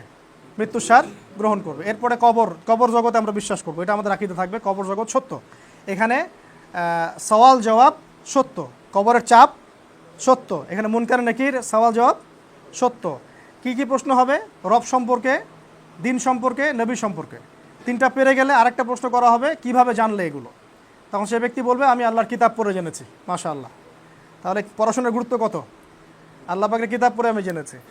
এরপরে কবর হবে হয় জান্নাতের বাগিচা অথবা জাহান্নামের গর্ত, আল্লাহ মাফ করুক আমাদেরকে। এরপরে এখানে সে শায়িত থাকবে বারজাখের জগতে, আল্লাহ পাক যতদিন চান। যখন সিংহায় ফুৎকার দেওয়া হবে তখন মানুষকে আল্লাহ রাব্বুল আলামিন আবার জীবিত করবেন, উঠাবেন। মিজান হবে, মিজান মানে কি? দাঁড়িপাল্লা। মিজান হবে, পুলসিরাত হবে, কিয়ামতের মাঠে দাঁড়িয়ে থাকতে হবে। এরপর জাহান্নামকে নিকটবর্তী করা হবে, জাহান্নামকে পুলসিরাতের নিচে আনা হবে, আর জান্নাতকে নিকটবর্তী করা হবে। পুলসিরাত পার হয়ে মানুষ জান্নাতে যাবে। ওই সময় শাফাআত, সুপারিশ ইত্যাদি অন্যান্য ঘটনাগুলো ঘটবে। এগুলোর প্রতি আমাদের পূর্ণ একটা বিশ্বাস থাকতে হবে। অনেক মুসলিম এখন এগুলো বিশ্বাস করে না, কবরের জগৎকে বিশ্বাস করেন না, কবরের আযাবকে বিশ্বাস করেন, বলে যে কোরআনে তো এগুলো দলিল নাই। নাউজুবিল্লাহ। তো এই বিষয়গুলো আল্লাহ পাক আমাদের, এই ভ্রান্তিগুলো থেকে আল্লাহ পাক আমাদেরকে হেফাজত করুন। আর সবশেষ পয়েন্টটা হচ্ছে, পিলার হলো তাকদির বা ভাগ্যে বিশ্বাস করা। তাকদির আল্লাহ পাক লিখেছেন কি না? কে লিখেছেন তাকদির? আল্লাহ রাব্বুল আলামিন তাকদির লিখেছেন, এবং তাকদিরের কিছু বিষয় পরিবর্তন করা যাবে না। আর কিছু কিছু বিষয় আছে যেগুলো আমল দিয়ে পরিবর্তন করা যায়, আমল বা দোয়া বা ভালো কাজের মধ্য দিয়ে প্রশস্ততা হতে পারে। যেমন কোনো মানুষ যদি খুব বেশি পাপ কাজ করতে থাকে তার রিজিক সংকুচিত হয়, আর যখন মানুষ পুণ্যের কাজ বেশি বেশি করতে থাকে রিজিক আল্লাহ বাড়িয়ে দেন। মানে এটা অনেকটা এমন যে আপনার এতটুকুই, আপনি যদি ওভারটাইম করেন তাহলে বাড়াই দিব, ঠিক আছে? তো এই তাকদীরের উপর বিশ্বাস না রাখলে আমরা কেউ মুমিন থাকবো না। মনে রাখবেন তাকদীরে বিশ্বাস এই বিষয়টাকে কেন্দ্র করে দুইটা দল হয়ে গেছে, একটা হলো কাদারিয়া, একটা হলো জাবারিয়া। কাদারিয়া মানে যারা তাকদীরে একদমই বিশ্বাস করে না, আর জাবারিয়া হচ্ছে তারা মানুষের ইচ্ছার স্বাধীনতায় বিশ্বাস করে না। জাবারিয়ারা বলে যে তাকদীরে যা লেখা আছে তাই হবে, চুরি করেছি কেন তাকদীরে লেখা আছে তাই, সুদ খাই কেন তাকদীরে আছে তাই, খুন করলাম কেন তাকদীরে আছে তাই। এটা হচ্ছে জাবারিয়া। কি একইটা বলেন? জাবারিয়া। আর কাদারিয়া কারা? যারা বলে ভাই কাদারিয়া হচ্ছে তারা সম্পূর্ণ তাকদীরকে অস্বীকারই করে না, তাকদীর বলতে কিছু নেই, আমি যা করব তাই পাবো। আমি নামাজ পড়েছি কেন? নিজে নামাজ পড়েছি তাই। আমি আজকে এত টাকার মালিক কিভাবে? আমার নিজের পরিশ্রমে। হ্যাঁ, মানে ওরা মনে করে যে তাকদীর বলতে কিছুই নাই, মানুষ নিজেই তার কর্মের মানে স্বাধীনতা রাখে বা স্বতন্ত্র এখতিয়ার রাখে। আর জাবারিয়ার উল্টা, তারা মনে করে যে কর্মের কোনো স্বাধীনতা নাই, যা লেখা আছে তাই হবে। এই দুটার মাঝখানে হচ্ছে আহলে সুন্নাহ ওয়াল জামাত রাখে। তাকদীর আল্লাহ পাক লিখেছেন এবং কিছু মুআল্লাক রেখেছেন, এগুলো কিছুটা পরিবর্তনশীল, আর মানুষকে একই সাথে আল্লাহ পাক কর্মের এবং ইচ্ছার স্বাধীনতাও দিয়েছেন। এখন বেশি বেশি করে আমল করা আমাদের দায়িত্ব, এগুলো নিয়ে বেশি ফিকির চিন্তা করা আমাদের কাজ না। সাহাবীদেরকে নবীজি বলেছেন যে যাকে যে কারণে সৃষ্টি করা হয়েছে তার কর্মকাণ্ড পৃথিবীতে তেমনই হবে। তো তাকদীরের বিষয়টা আমরা মাথায় রাখবো, খেয়াল রাখবো, এই আকীদাগুলো পরিষ্কার রাখবো ইনশাআল্লাহ। এখন এই 6টা পিলার আজকে আপনাদের সাথে সংক্ষিপ্ত আকারে আলোচনা করলাম। এই 6টা পিলারের মধ্যেই আকীদার সমস্ত বিষয়গুলো পড়ে যায়। আর সবশেষ কথা হলো এই 6টা পিলারকে আমাদের 3টা কাজের মধ্য দিয়ে বাস্তবায়ন করতে হবে। কয়টা ভাই? এক নাম্বার হচ্ছে আত-তাসদীক বিল জিনান, অন্তরে বিশ্বাস। এই 6টা পিলারকে আমরা প্রথমে অন্তরে বিশ্বাস করব। কয়টা পিলার বলেন তো? 1 নাম্বার কি? আল্লাহ বিশ্বাস, আল্লাহ সম্পর্কে ডিটেলস কথা বলেছি। 2 নাম্বার বলেন ফেরেশতা মণ্ডলীতে। 3 নাম্বার কোথায়? আসমানি কিতাব সমূহ। 4 নাম্বার নবী রসুল সমূহ। 5 নাম্বার পরকাল, মানে পরকালের পুরো লাইফ। আর 6 নাম্বার তাকদীর, ভাগ্যের। এই 6টা পিলারের উপরে আমরা প্রথমে তাসদীক বিল জিনান মানে অন্তর থেকে বিশ্বাস করতে হবে। 2 নাম্বার হচ্ছে আল ইকরার বিল লিসান মানে জিহ্বা দিয়ে স্বীকৃতি প্রদান করা। যেমন আমরা বলি না আমানতু বিল্লাহি ওয়া মালাইকাতিহি ওয়া কুতুবিহি ওয়া রুসুলিহি ওয়াল ইয়াউমিল আখির ওয়াল কদরি খায়রিহি ওয়া শাররিহি, আমরা বলি ইমানে মুফাসসাল বলি না, এইটাই সেটা, এটাই আকীদার বিষয়। আর একটা হলো 3 নাম্বার ওয়াল আমালু বিল আরকান মানে কাজেও এটাকে বাস্তবায়ন করতে হবে। খালি আল্লাহ বিশ্বাস করি, আল্লাহর হুকুম মানি না চলবে? খালি ফেরেশতা বিশ্বাস করি কিন্তু প্রকাশ্য অপ্রকাশ্য সব জায়গায় গুনাহ করি, ভয় নাই যে লিখতেছে, হবে? তারপরে আমরা যদি বলি নবীকে আমরা বিশ্বাস করি কিন্তু নবীর সুন্নতের উপর আমল নাই, হবে? পরকালে বিশ্বাস করি কিন্তু পরকালের প্রিপারেশন নাই, হবে? তাকদীরে বিশ্বাস করি কিন্তু তাকদীরের ভালো করার জন্য আল্লাহর কাছে মেহনত করি না, দোয়া করি না, হবে? তো এই জিনিসগুলো, কোরআনে বিশ্বাস করি কোরআন তেলাওয়াতও করি না। তো এখানে খুব ইম্পর্টেন্ট একটা জিনিস হলো ওয়াল আমালু বিল আরকান মানে কাজে এটাকে কী করা? বাস্তবায়ন করা। এখন এখান থেকে জাস্ট একটা কথা বলে শেষ করছি। এখন এই জিনিসটাকে কেন্দ্র করে আবার 3টা দল হয়ে গেছে। কয়টা বলেন তো? মূলত 1 নাম্বার হলো আমরা বলি মুরজিয়া। কি বলি ভাই? ওরা বলে, একটু শোনেন ভালো করে বোঝেন, ওরা বলে যে মুখে স্বীকৃতি দিলে আর মনে বিশ্বাস করলেই যথেষ্ট, কাজের কোনো প্রয়োজন নাই। এই আকীদার নাম কি বলেন? মুরজিয়া। মুরজিয়া মানে হলো শৈথিল্যতাবাদী। কি বাদী? বাংলাদেশের বেশিরভাগ মানুষ এখন কোন আকীদার বলেন দেখি? বুঝতে পারছেন? এই সেকুলাররা কোন আকীদার বলেন তো? এরা মনে করে লা ইলাহা ইল্লাল্লাহ পড়েছি তো, মুহাম্মদুর রাসূলুল্লাহ সাক্ষ্য দিয়েছি তো। তারা মনে করে যে ইমানের স্বীকৃতি দিয়েছি, মনে বিশ্বাস করি, বাস আমি জান্নাতে যাব, আমলের আমার কোনো প্রয়োজন নাই। নামাজও না পড়েও সভাপতি হয়ে বসে থাকবে, তাই না? সুদ খাবে তাও বলবে যে আমি এখানে আছি। ওরা আমলকে ইমানের অংশ মনে করে না। ওরা মনে করে না যে ইমান বাড়ে এবং কমে। ওরা ইমান বাড়ে কমের এই মতবাদে বিশ্বাসী না, অথচ ইমান বাড়ে এবং কমে। আহলে সুন্নাহ ওয়াল জামার আকীদা হলো ইমান বাড়ে এবং কমে। আল ইমান ইয়াজিদু ফিত তাআ আনুগত্যে ইমান বৃদ্ধি পায়, ওয়াল ইয়ানকুসু ফিল মাসিয়া অবাধ্যতা ইমান কমে যায়। এটা আহলে সুন্নাহ ওয়াল জামার আকীদা। ওরা বিশ্বাস করে ইমান বাড়েও না কমেও না। ওরা মনে করে লা ইলাহা ইল্লাল্লাহ বলেছি মানে আমার ইমান আর আবু বকর সিদ্দিকের ইমান সমান। নাউযুবিল্লাহ, এটা হবে? তারা মনে করে যে মনে বিশ্বাস করলে, মুখে স্বীকৃতি দিলেই যথেষ্ট, কাজের কোনো প্রয়োজন নাই। এটাকে আকীদার নাম কি বললাম বলেন? মুরজিয়া। ইরজিয়া শব্দ থেকে মুরজিয়া, এটা হলো শৈথিল্যতাবাদী। তাহলে এখন বলেন আমাদের সমাজের বেশিরভাগ মানুষ কোন আকীদার? এরা আমলের গুরুত্ব দেয়? বেশিরভাগই দেয় না। আরেকটা আকীদা হচ্ছে সম্পূর্ণ বিপরীত। এই যে অনলাইনে একটা শব্দ শোনেন, এটা এই পয়েন্টটা দিয়ে কথা বলে শেষ করছি।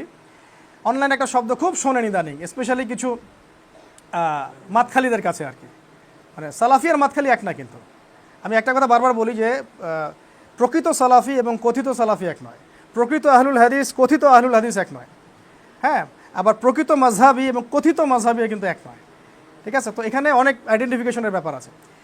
একটা শব্দ খুব শুনেন যে খারেজি, খারেজি শুনেছেন শব্দটা? আচ্ছা, তাদের আকীদাটা কি? মুরজিয়ারা যেমন মনে করে যে মুখে স্বীকৃতি দিলে আর মনে বিশ্বাস করলেই যথেষ্ট, আমলের কোনো প্রয়োজন নাই, খারেজিরা উল্টা আকীদা পোষণ করে। খারেজিরা কি আকীদা পোষণ করে? যে কেউ যদি আমল করতে গিয়ে কবিরা গুনাহ করে ফেলে তাহলে সে কাফের হয়ে যাবে। কি মনে করে খারেজিরা? কবিরা গুনাহ করলে কি হবে? কাফের। খারেজিরা মনে করে মনে বিশ্বাসও থাকতে হবেই, মুখে স্বীকৃতি থাকতে হবেই, এবং কাজেও 100%ই বাস্তবায়ন করতে হবে। যদি কেউ কোনো একটা কবিরা গুনাহ করে ফেলে, মনে করেন সুদ খাইছে বা ঘুষ খাইছে বা জেনা করছে, মদ খাইছে, এরা মনে করে সে কাফের হয়ে গেছে। এটা কি সঠিক আকীদা না ভুল? এটা হলো খারেজি আকীদা। এই আকীদাটার নাম কি? খারিজ। তাহলে খারেজি আকীদার যে যদি কোনো শব্দ শোনেন কান পাকায় ফেলে, তাহলে বলবেন খারেজি আকীদার ডেফিনেশন বলেন আগে। আপনি যে বলেন অমুক খারেজি, তমুক খারেজি, এই খারেজি, সে খারেজি, সে কি কবিরা গুনাহগার ব্যক্তিকে কাফের মনে করে? যদি উত্তর দেয় যে হ্যাঁ, তাহলে আপনি যাচাই করে দেখবেন। আমরা কি কোনোদিন বলেছি কবিরা গুনাহ করলে কোনো মানুষ কাফের হয়ে যাবে? আমরা কি বলেছি যে আমাদের প্রশাসন, রাষ্ট্র, হাবি জাবি সব কিছু কবিরা গুনাহগার হয়ে গেছে, এদের সবাইকে মেরে ফেলো? কোনোদিন আমার কোনো লেকচারে এরকম কথা শুনেছেন? তাহলে 80 লাঠির শাস্তি কিসের? অপবাদের। কিসের শাস্তি বলেন তো? 80 লাঠির শাস্তি। এটা দুনিয়াতে না হলে পরকালে হবে ইনশাআল্লাহ। দুনিয়াতে না হলে কি হবে? পরকালে হবে। এখন দেখেন, আমরা মন গড়া কিছু উসুল বানিয়ে নিয়েছি। সত্যিকার অর্থে খারেজি কারা? আবার বলেন আমার সাথে। যারা কবিরা গুনাহগার ব্যক্তিকে কাফের মনে করে। তাহলে শেষ করে দিই জায়গাটাতে, আহলুস সুন্নাহ ওয়াল জামাআর আকীদা তাহলে কী হবে? যে ইমানের জন্যে মৌখিক স্বীকৃতি দরকার আছে, মনের বিশ্বাসের দরকার আছে, এবং কাজেরও দরকার আছে। কিন্তু কাজ করতে গিয়ে কেউ কবিরা গুনাহ করে ফেলতে পারে। কবিরা গুনাহ করে ফেললেই সে কাফের হয়ে যাবে না, বরং তার তওবার দরজা খোলা থাকবে। শেষ পর্যন্ত সে তওবা করার সুযোগ থাকবে। আল্লাহ পাক শেষ মুহূর্তে তার তওবা কবুল করতে পারেন। তাকে হত্যা করা জায়েজ নাই, তাকে হত্যা করা জায়েজ নাই। এরকম কবিরা গুনাহগার যত আমাদের চারপাশে আছে, হোক সেটা সরকার বা প্রশাসন বা সাধারণ মানুষ, যে হোক না কেন, তাদেরকে হত্যা করা জায়েজ নাই। মুসলিম রক্ত ঝরানো জায়েজ। এটা হলো স্পষ্ট আকীদা আহলুস সুন্নাহ ওয়াল জামাআহ। এখন তারা খারেজি আকীদার কিছু নিজস্ব মন গড়া উসুল বানিয়েছে। কারা বানিয়েছে? যারা নিজস্ব স্বার্থে এগুলো প্রয়োগ করে। এটা জানিয়ে রাখি আজকে অডিয়েন্সদেরকে যে খারেজি আকীদার মন গড়া উসুলটা তারা কি বানিয়েছে। মন গড়া উসুলটা বানিয়েছে, আমি যে উসুলটা বললাম এটা কিন্তু আকীদা তাহাবিয়া বই থেকে বললাম। তারা মন গড়া উসুলটা বানিয়েছে এই যে আপনি যদি কোনো জালেম, কোনো ফাসেক, কোনো মুনাফিক, কোনো কাফের, কোনো মুশরিক, কোনো মুরতাদ, এরকম মানে পলিটিক্যাল সিস্টেমের সমালোচনা করেন, বা আপনি তাদের খারাপ কাজগুলোর বিরুদ্ধে আপনি কথা বলেন বা সতর্ক করেন, বা আপনি এটাকে স্পষ্ট করতে চান, তখন তারা আপনাকে খারেজি মেনে দেবে। অথচ পলিটিক্যাল অ্যানালাইসিসের সাথে খারেজি আকীদার কোনো সম্পর্ক নেই। খারেজি আকীদার সম্পর্ক কার সাথে? কবিরা গুনাহগার ব্যক্তিকে কি মনে করে? কাফের মনে করে। আমি আপনাকে একটা এক্সাম্পল দিচ্ছি। একদিকে মুয়াবিয়া রাদিয়াল্লাহু আনহু, একদিকে আলী রাদিয়াল্লাহু আনহু। এখানে একটা যুদ্ধ হয়েছে এক সময়, মনে আছে? যুদ্ধের নাম কি? কিসের যুদ্ধ? সিফফিনের। কিসের বলেন তো? এই যুদ্ধের শাসক কে? কে শাসক ছিলেন? খেলাফতের দায়িত্ব কার হাতে? চতুর্থ খলিফা কে? আলী রাদিয়াল্লাহু আনহু নয় কি? তো আলী রাদিয়াল্লাহু আনহু এখানে খলিফা। তার বিরুদ্ধে কোনো একটা কারণে হোক, কারা অস্ত্র ধরে ফেলেছেন? মুয়াবিয়া রাদিয়াল্লাহু আনহু, এবং তার সাথে তো অনেক মানুষ আছে, তাই না? তো এখন যদি পলিটিক্যাল অ্যানালাইসিস বা পলিটিক্যাল অ্যাফেয়ার্সের মধ্যে খারেজি আকীদা ঢুকিয়ে দেয়, তাহলে মুয়াবিয়া রাদিয়াল্লাহু আনহু যে এখানে শাসকের বিরুদ্ধে দাঁড়িয়ে আছেন, তাও কথা দিয়ে না, অস্ত্র দিয়ে। আমি আপনাদেরকে কিন্তু পলিটিক্যালি কোনো কিছু করতে বলছি না, এবং এটা করা এখন জায়েজ নয়, এখন শোভনীয় নয়, এটা একেবারেই ভ্রান্ত একটা পথ হবে। কিন্তু আমি বুঝাতে যাচ্ছি, প্রমাণ করতে যাচ্ছি যে খারেজি আকীদার সাথে পলিটিক্যাল এই যে মানে অ্যানালাইসিস বা পলিটিক্যাল সমালোচনার কোনো সম্পর্ক নেই আসলে। যদি তাই হয় তাহলে তো মুয়াবিয়া রাদিয়াল্লাহু আনহুকেও তারা বাঁকা চোখে দেখবে, নাউযুবিল্লাহ। অথচ সব সাহাবী সম্পর্কে আমরা কি আকীদা রাখি? তারা ইনশাআল্লাহ আল্লাহ রাব্বুল আলামিনের জান্নাতে যাবেন, তারা সবাই আল্লাহ রাব্বুল আলামিনের মাগফিরাত প্রাপ্ত হবেন ইনশাআল্লাহ। আমরা কোনো সাহাবীর মধ্যে কি করি, পার্থক্য করি বা কাউকে সুপিরিয়র কাউকে এমন করি? আমরা আমিরুল মুমিনিন আবু বকর রাদিয়াল্লাহু আনহু, ওমর রাদিয়াল্লাহু, তাদের ব্যাপারটা চার খলিফারটা ডিফারেন্টলি ডিল করি। এখন এখানে কিন্তু এটা আপনি দলিল পাচ্ছেন, এটা পলিটিক্যাল অ্যাফেয়ার্সের সাথে সম্পৃক্ত নয়। আবার দেখেন, কয়েকটা কথা বলে শেষ করে দিই, যে তার যুগের পরে ইয়াজিদের শাসন এসেছিল, মনে আছে? ইয়াজিদের শাসন, নাম শোনেন না ইয়াজিদের? মুয়াবিয়া রাদিয়াল্লাহু আনহু 20 বছর খলিফা ছিলেন, তারপরে তিনি দায়িত্ব দিয়েছেন তার ছেলেকে, তার ছেলের নাম ইয়াজিদ। এখন ইয়াজিদের শাসন আমলে ইমাম হুসাইন রাদিয়াল্লাহু আনহুকে হত্যা করা হয়েছে না? তিনি কুফায় যাচ্ছিলেন, কার সেনাবাহিনী তাকে ঘিরে ধরলো? ইয়াজিদের। ইমাম হুসাইন কি যুদ্ধ চাচ্ছিলেন? তিনি কি শাসকের বিরুদ্ধে অবস্থান নিয়েছিলেন? না, কিন্তু জোরপূর্বক তাকে জুলুম করা হলো। তিনি শেষে বললেন যে আমাকে 3টা অপশন দাও, 3টার একটা রাজি হও। আমি হয় সীমান্তের দিকে চলে যাব, আমি ওখানে কুফফারদের সাথে জিহাদ করতে করতে শহীদ হয়ে যাব, অথবা আমাকে মদিনায় ফেরত পাঠানোর ব্যবস্থা করো, অথবা আমি যেখানে যাচ্ছি ওখানে আমাকে যেতে দাও, বা ইয়াজিদের সাথে আমাকে কথা বলতে দাও, আমি কথা বলবো তার সাথে। কিন্তু যারা এখানে ছিল তারা কিন্তু এটা মানে নাই, বরং তাকে সব পরিবারে হত্যা করেছে। যখন তাকে হত্যা করা হচ্ছিল তখন কি তিনি চুপচাপ বসেছিলেন, না তিনি প্রতিহত করেছেন? বলেন দেখি এবার, প্রতিহত করেছেন কি না? তাহলে এখন যে তিনি শাসকের বাহিনীর বিরুদ্ধে দাঁড়িয়ে আছেন, তাহলে ইমাম হোসেনকেও কি তারা খারাজি বলবে? নাউযুবিল্লাহ। আমার কথা কি বুঝতে পারছেন? শুভঙ্করের ফাঁকি কোন জায়গায়? তারপরে দেখেন, এই ঘটনার 1 বছর পর, কয় বছর?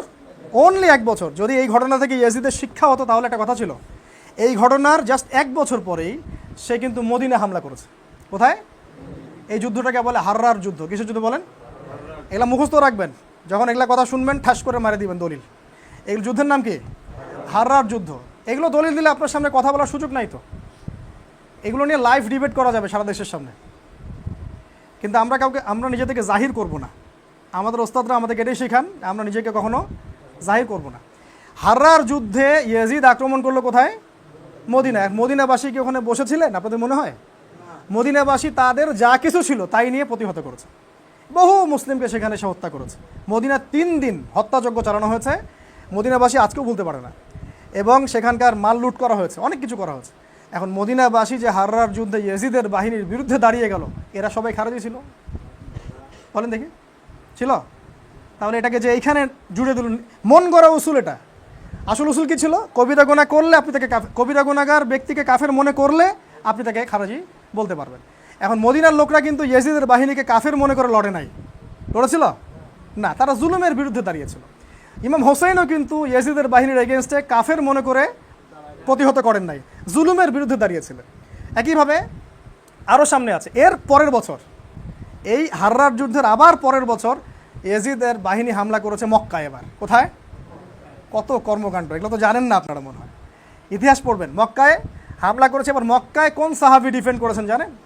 মক্কায় ছিলেন তখন আব্দুল্লাহ বিন জুবায়ের রাদিয়াল্লাহু আনহু। আব্দুল্লাহ বিন জুবায়ের নাম শুনেছেন? জুবায়ের বিন আওয়ামের নাম শুনেছেন? জান্নাতের 10 জন সুসংবাদপ্রাপ্ত সাহাবীর একজন জুবায়ের বিন আওয়াম রাদিয়াল্লাহু আনহু, জান্নাতের 10 জন সুসংবাদপ্রাপ্ত সার্টিফিকেটপ্রাপ্ত সাহাবীর একজন। তার ছেলে হলো আব্দুল্লাহ বিন জুবায়ের রাদিয়াল্লাহু আনহু। এবং তিনি তখন ইয়াজিদের শাসন কিন্তু মানেন না, তিনি তার মতো করে মক্কায় তিনি শাসন কার্য চালান এবং স্বতন্ত্রভাবে চলেন, কারণ অনেক সাহাবী তার শাসন কিন্তু মানে নাই, মানছে? আচ্ছা, এখন আব্দুল্লাহ বিন জুবায়ের রাদিয়াল্লাহু আনহু যখন হামলার শিকার হলেন, তিনি বসেছিলেন মনে করছেন? তিনি তার অনুসারীদেরকে নিয়ে সেখানে প্রতিহত করেছেন এবং এই যুদ্ধেই তার শাহাদাত হয়ে যায়। ওই যে হাজ্জাজ বিন ইউসুফের নাম শুনেছেন না? এখানে তার শাহাদাত হয়ে যায়। আব্দুল্লাহ বিন জুবায়ের রাদিয়াল্লাহু আনহুর মতো সাহাবীকেও একদম মানে হত্যা করে তার লাশটাকে ঝুলিয়ে রাখা হয়েছিল। কারা করেছে এটা? ইয়াজিদের বাহিনী। এখন আব্দুল্লাহ বিন জুবায়ের রাদিয়াল্লাহু আনহু এবং তার এই সঙ্গী সাথীদেরকেও কি এরা খারেজি বলবে, এই মুনাফিকরা? আমার প্রশ্ন, শব্দটা প্রয়োগ করার জন্য দুঃখিত, কিন্তু যখন কোরআন এবং সুন্নাহর উসুল বদলাবেন তখন তো এটাকে বলতে হবে। তাহলে এই উসুলটা কোত্থেকে তৈরি হলো? এই উসুলটা তৈরি হয়েছে রাজতন্ত্রকে টিকিয়ে রাখার জন্য। একদম স্পষ্ট মনে রাখবেন, প্রত্যেকটা দেশে দেশে মানে প্রত্যেকটা কন্টিনেন্টে জুলুম, ফাসেক, মোনাফেক, মোরতাদ এবং মুশরিকদেরকে মসনদে বসিয়ে রাখার, টিকিয়ে রাখার জন্য এই মূলনীতিটা তৈরি করা হয়েছে, যাতে করে আপনি পলিটিক্যাল কোনো অ্যানালাইসিস করতে পারবেন না, করলে আপনাকে বলে দিবে খারেজি। এখন আসেন বর্তমান প্রেক্ষাপটে আছে। এখন আমরা ডেমোক্রেটিক কান্ট্রিতে আছি না, ডেমোক্রেসি আছে, সেকুলারিজম আছে, এখানে গভর্নমেন্ট এবং বিরোধী দল থাকে না। এক্স মনে করেন গভর্নমেন্টে আছে, থাকে না, এক্স গভর্নমেন্টে থাকে, ওয়াই কী করে, ও বিরোধী দল সারাদিন এর বিরুদ্ধে প্রোপাগান্ডা চালায়, তাই নাকি? তাহলে কি এখন ডেমোক্রেটিক কান্ট্রির মধ্যে আমরা বিরোধী দলের সবাইকে খারাজি বলবো? উত্তর দেন দেখি এখন আমাকে, কথা বুঝতে পারেন না মনে হয়। একটা ডেমোক্রেটিক কান্ট্রি, এরা কি ডেমোক্রেসিও মানে না? ডেমোক্রেটিক কান্ট্রির মধ্যেই তো থাকে, এখানে থেকেও তো এর বিরুদ্ধে কথা বলছে।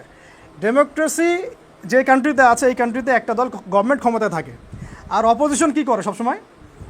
এই প্রকল্প ভুল, এই সমস্যা, এই লুট করছে, এই দুর্নীতি করছে, এগুলো বলতে থাকে না? আমরা তো এ থেকে মুক্ত, আমরা তো এর মধ্যে নাই, বলতে থাকে। তাহলে এখন বিরোধী দলের সব লোককে কি এরা খারাজি বলবে একটা ডেমোক্রেটিক কান্ট্রির মধ্যে? আবার মনে করেন কোনো একদিন এরা গেল ক্ষমতায়, আর যারা ছিল ক্ষমতায় ওরা ওখান থেকে বের হয়ে চলে আসছে, ওরা আর ওখানে নাই, যারা অপোজিশনে ছিল এরা ক্ষমতায় চলে গেছে। তাহলে এখন যারা অপোজিশনে ছিল ক্ষমতায় গেছে, আর যারা ক্ষমতায় ছিল অপোজিশনে আসছে, এখন অপোজিশনকে তারা আবার এদেরকে আবার খারিজি বলা শুরু করবে। তা আলটিমেটলি জনগণের সবাই খারিজি হয়ে গেল, আর পলিটিক্সে যারা গেল সবাই খারিজি হয়ে গেল। আমার কথা মানে বুঝতে পারছেন না? এখন যে গভর্নমেন্টে আছে মনে করেন কোন একটা কান্ট্রিতে, ধরেন যে মনে করেন ইয়েমেন, কথা বলছে, তো ইয়েমেনের এক্সাম্পল দিচ্ছি আর কি। তো ইয়েমেনের মনে করেন একটা গণতান্ত্রিক দেশ মনে করেন, যদিও ওখানে এখন গণতন্ত্র ওইভাবে নাই। এখন মনে করেন মালয়েশিয়ার কথা বলি, মালয়েশিয়া মনে করেন একটা ডেমোক্রেটিক কান্ট্রি মনে করেন, ঠিক আছে? আর মালয়েশিয়ার মধ্যে একটা গভর্নমেন্ট আছে, আর কিছু পার্লামেন্টে বিরোধী দলও আছে। বিরোধী দল কী করে কিন্তু সবসময় আপনার এটা সমালোচনা করতে থাকে, এবং এই দুর্নীতি, এই করাপশন, টেবিল থাপড়ায় কথা বলে, দেখেন নাই? তাহলে এদের মূলনীতি যদি মেনে চলেন আপনি, তাহলে সমস্ত বিরোধী দলের লোকজনকে আপনাকে খারাজি বলতে হবে। আবার এই বিরোধী দল যদি কখনো ক্ষমতায় যায়, আর ওরা যদি কখনো আবার এই বিরোধী দলে চলে আসে, তখন ওরা আবার খারাজি হবে, এরা আবার শাসক হবে। আলটিমেটলি পুরো একটা পার্লামেন্টের সবাই ওরা কী করে, আসলে মানুষকে খারাজি বলতে বলতে এরাই উম্মা থেকে খারিজ হয়ে গেছে। কথা বুঝতে পারতেছে না? মানুষকে খারিজি বলতে বলতে বলতে বলতে আসলে ক্লাসিক্যাল যে উম্মা ছিল আমাদের, একটা ঐক্যবদ্ধ উম্মা, এখান থেকে ওরাই বাইরে বের হয়ে চলে গেছে। দেখবেন তাদের নিজস্ব উসুল আলাদা, মসজিদ আলাদা, এই আলাদা, সেই আলাদা, সব আলাদা করে ফেলছে। খাওয়ারাজ মানে বের হয়ে যাওয়া, দল ত্যাগ করা, মানে দল, ঐক্যবদ্ধ দল ত্যাগ করা। তাহলে আমরা ইমানের এই 6টা পিলারের প্রতি মন থেকে বিশ্বাস করব, মুখে স্বীকার করব, কাজেও বাস্তবায়ন করব। কাজে বাস্তবায়ন করতে গিয়ে যদি কেউ কবিরা গুনাহ করে, সে কি কাফের হবে? না, তার তওবার দরজা খোলা আছে। খারেজিরা মনে করে সে কাফের হয়ে যায়, নাউজুবিল্লাহ। ওই যে আলী রাদিয়াল্লাহু আনহু এবং মুয়াবিয়া রাদিয়াল্লাহু আনহু যুদ্ধে এই খারেজিরাই বের হয়ে গেছিল, গিয়ে বলছে আলী, মুয়াবিয়া সবাই কাফের হয়ে গেছে, নাউজুবিল্লাহ। তো এখন আমরা এই আকীদা পোষণ করব না, এটা একটা ভ্রান্ত আকীদা। আর মুরজিয়ারা কি করে? তারা বলে যে মনে বিশ্বাস, কাজে বাস্তবায়ন, মনে বিশ্বাস এবং মুখে স্বীকৃতি যথেষ্ট, কাজের কোনো দরকার নাই। আমরা মাঝামাঝি থাকবো, যে ইমানের 6 পিলার বিশ্বাস করব, মনে বিশ্বাস করব, মুখে স্বীকৃতি দিব, কাজেও বাস্তবায়নের চেষ্টা করব। কিন্তু কাজ করতে গিয়ে যদি কবিরা গুনাহ হয়ে যায়, হতাশ হব না, তওবা করে আবার ফিরে আসবো ইনশাআল্লাহ তাআলা। আল্লাহ পাক আমাদের সবাইকে ইমানের এই মৌলিক বিষয়গুলো বোঝার তৌফিক দান করুন, এবং আমাদের আকীদাগুলো স্পষ্ট রাখার তৌফিক দান করুন। আল্লাহ পাক আমাদেরকে আল্লাহর জন্য ভালোবাসার তৌফিক দান করুন, আল্লাহর জন্য ঘৃণা করার তৌফিক দান করুন। আমরা আজকে এখানে শেষ করছি। সুবহানাকা আল্লাহুম্মা বিহামদিকা আশহাদু আল্লা ইলাহা ইল্লা আনতা আস্তাগফিরুকা ওয়া আতুবু ইলাইক। আসসালামু আলাইকুম ওয়া রাহমাতুল্লাহি ওয়া বারাকাতুহু।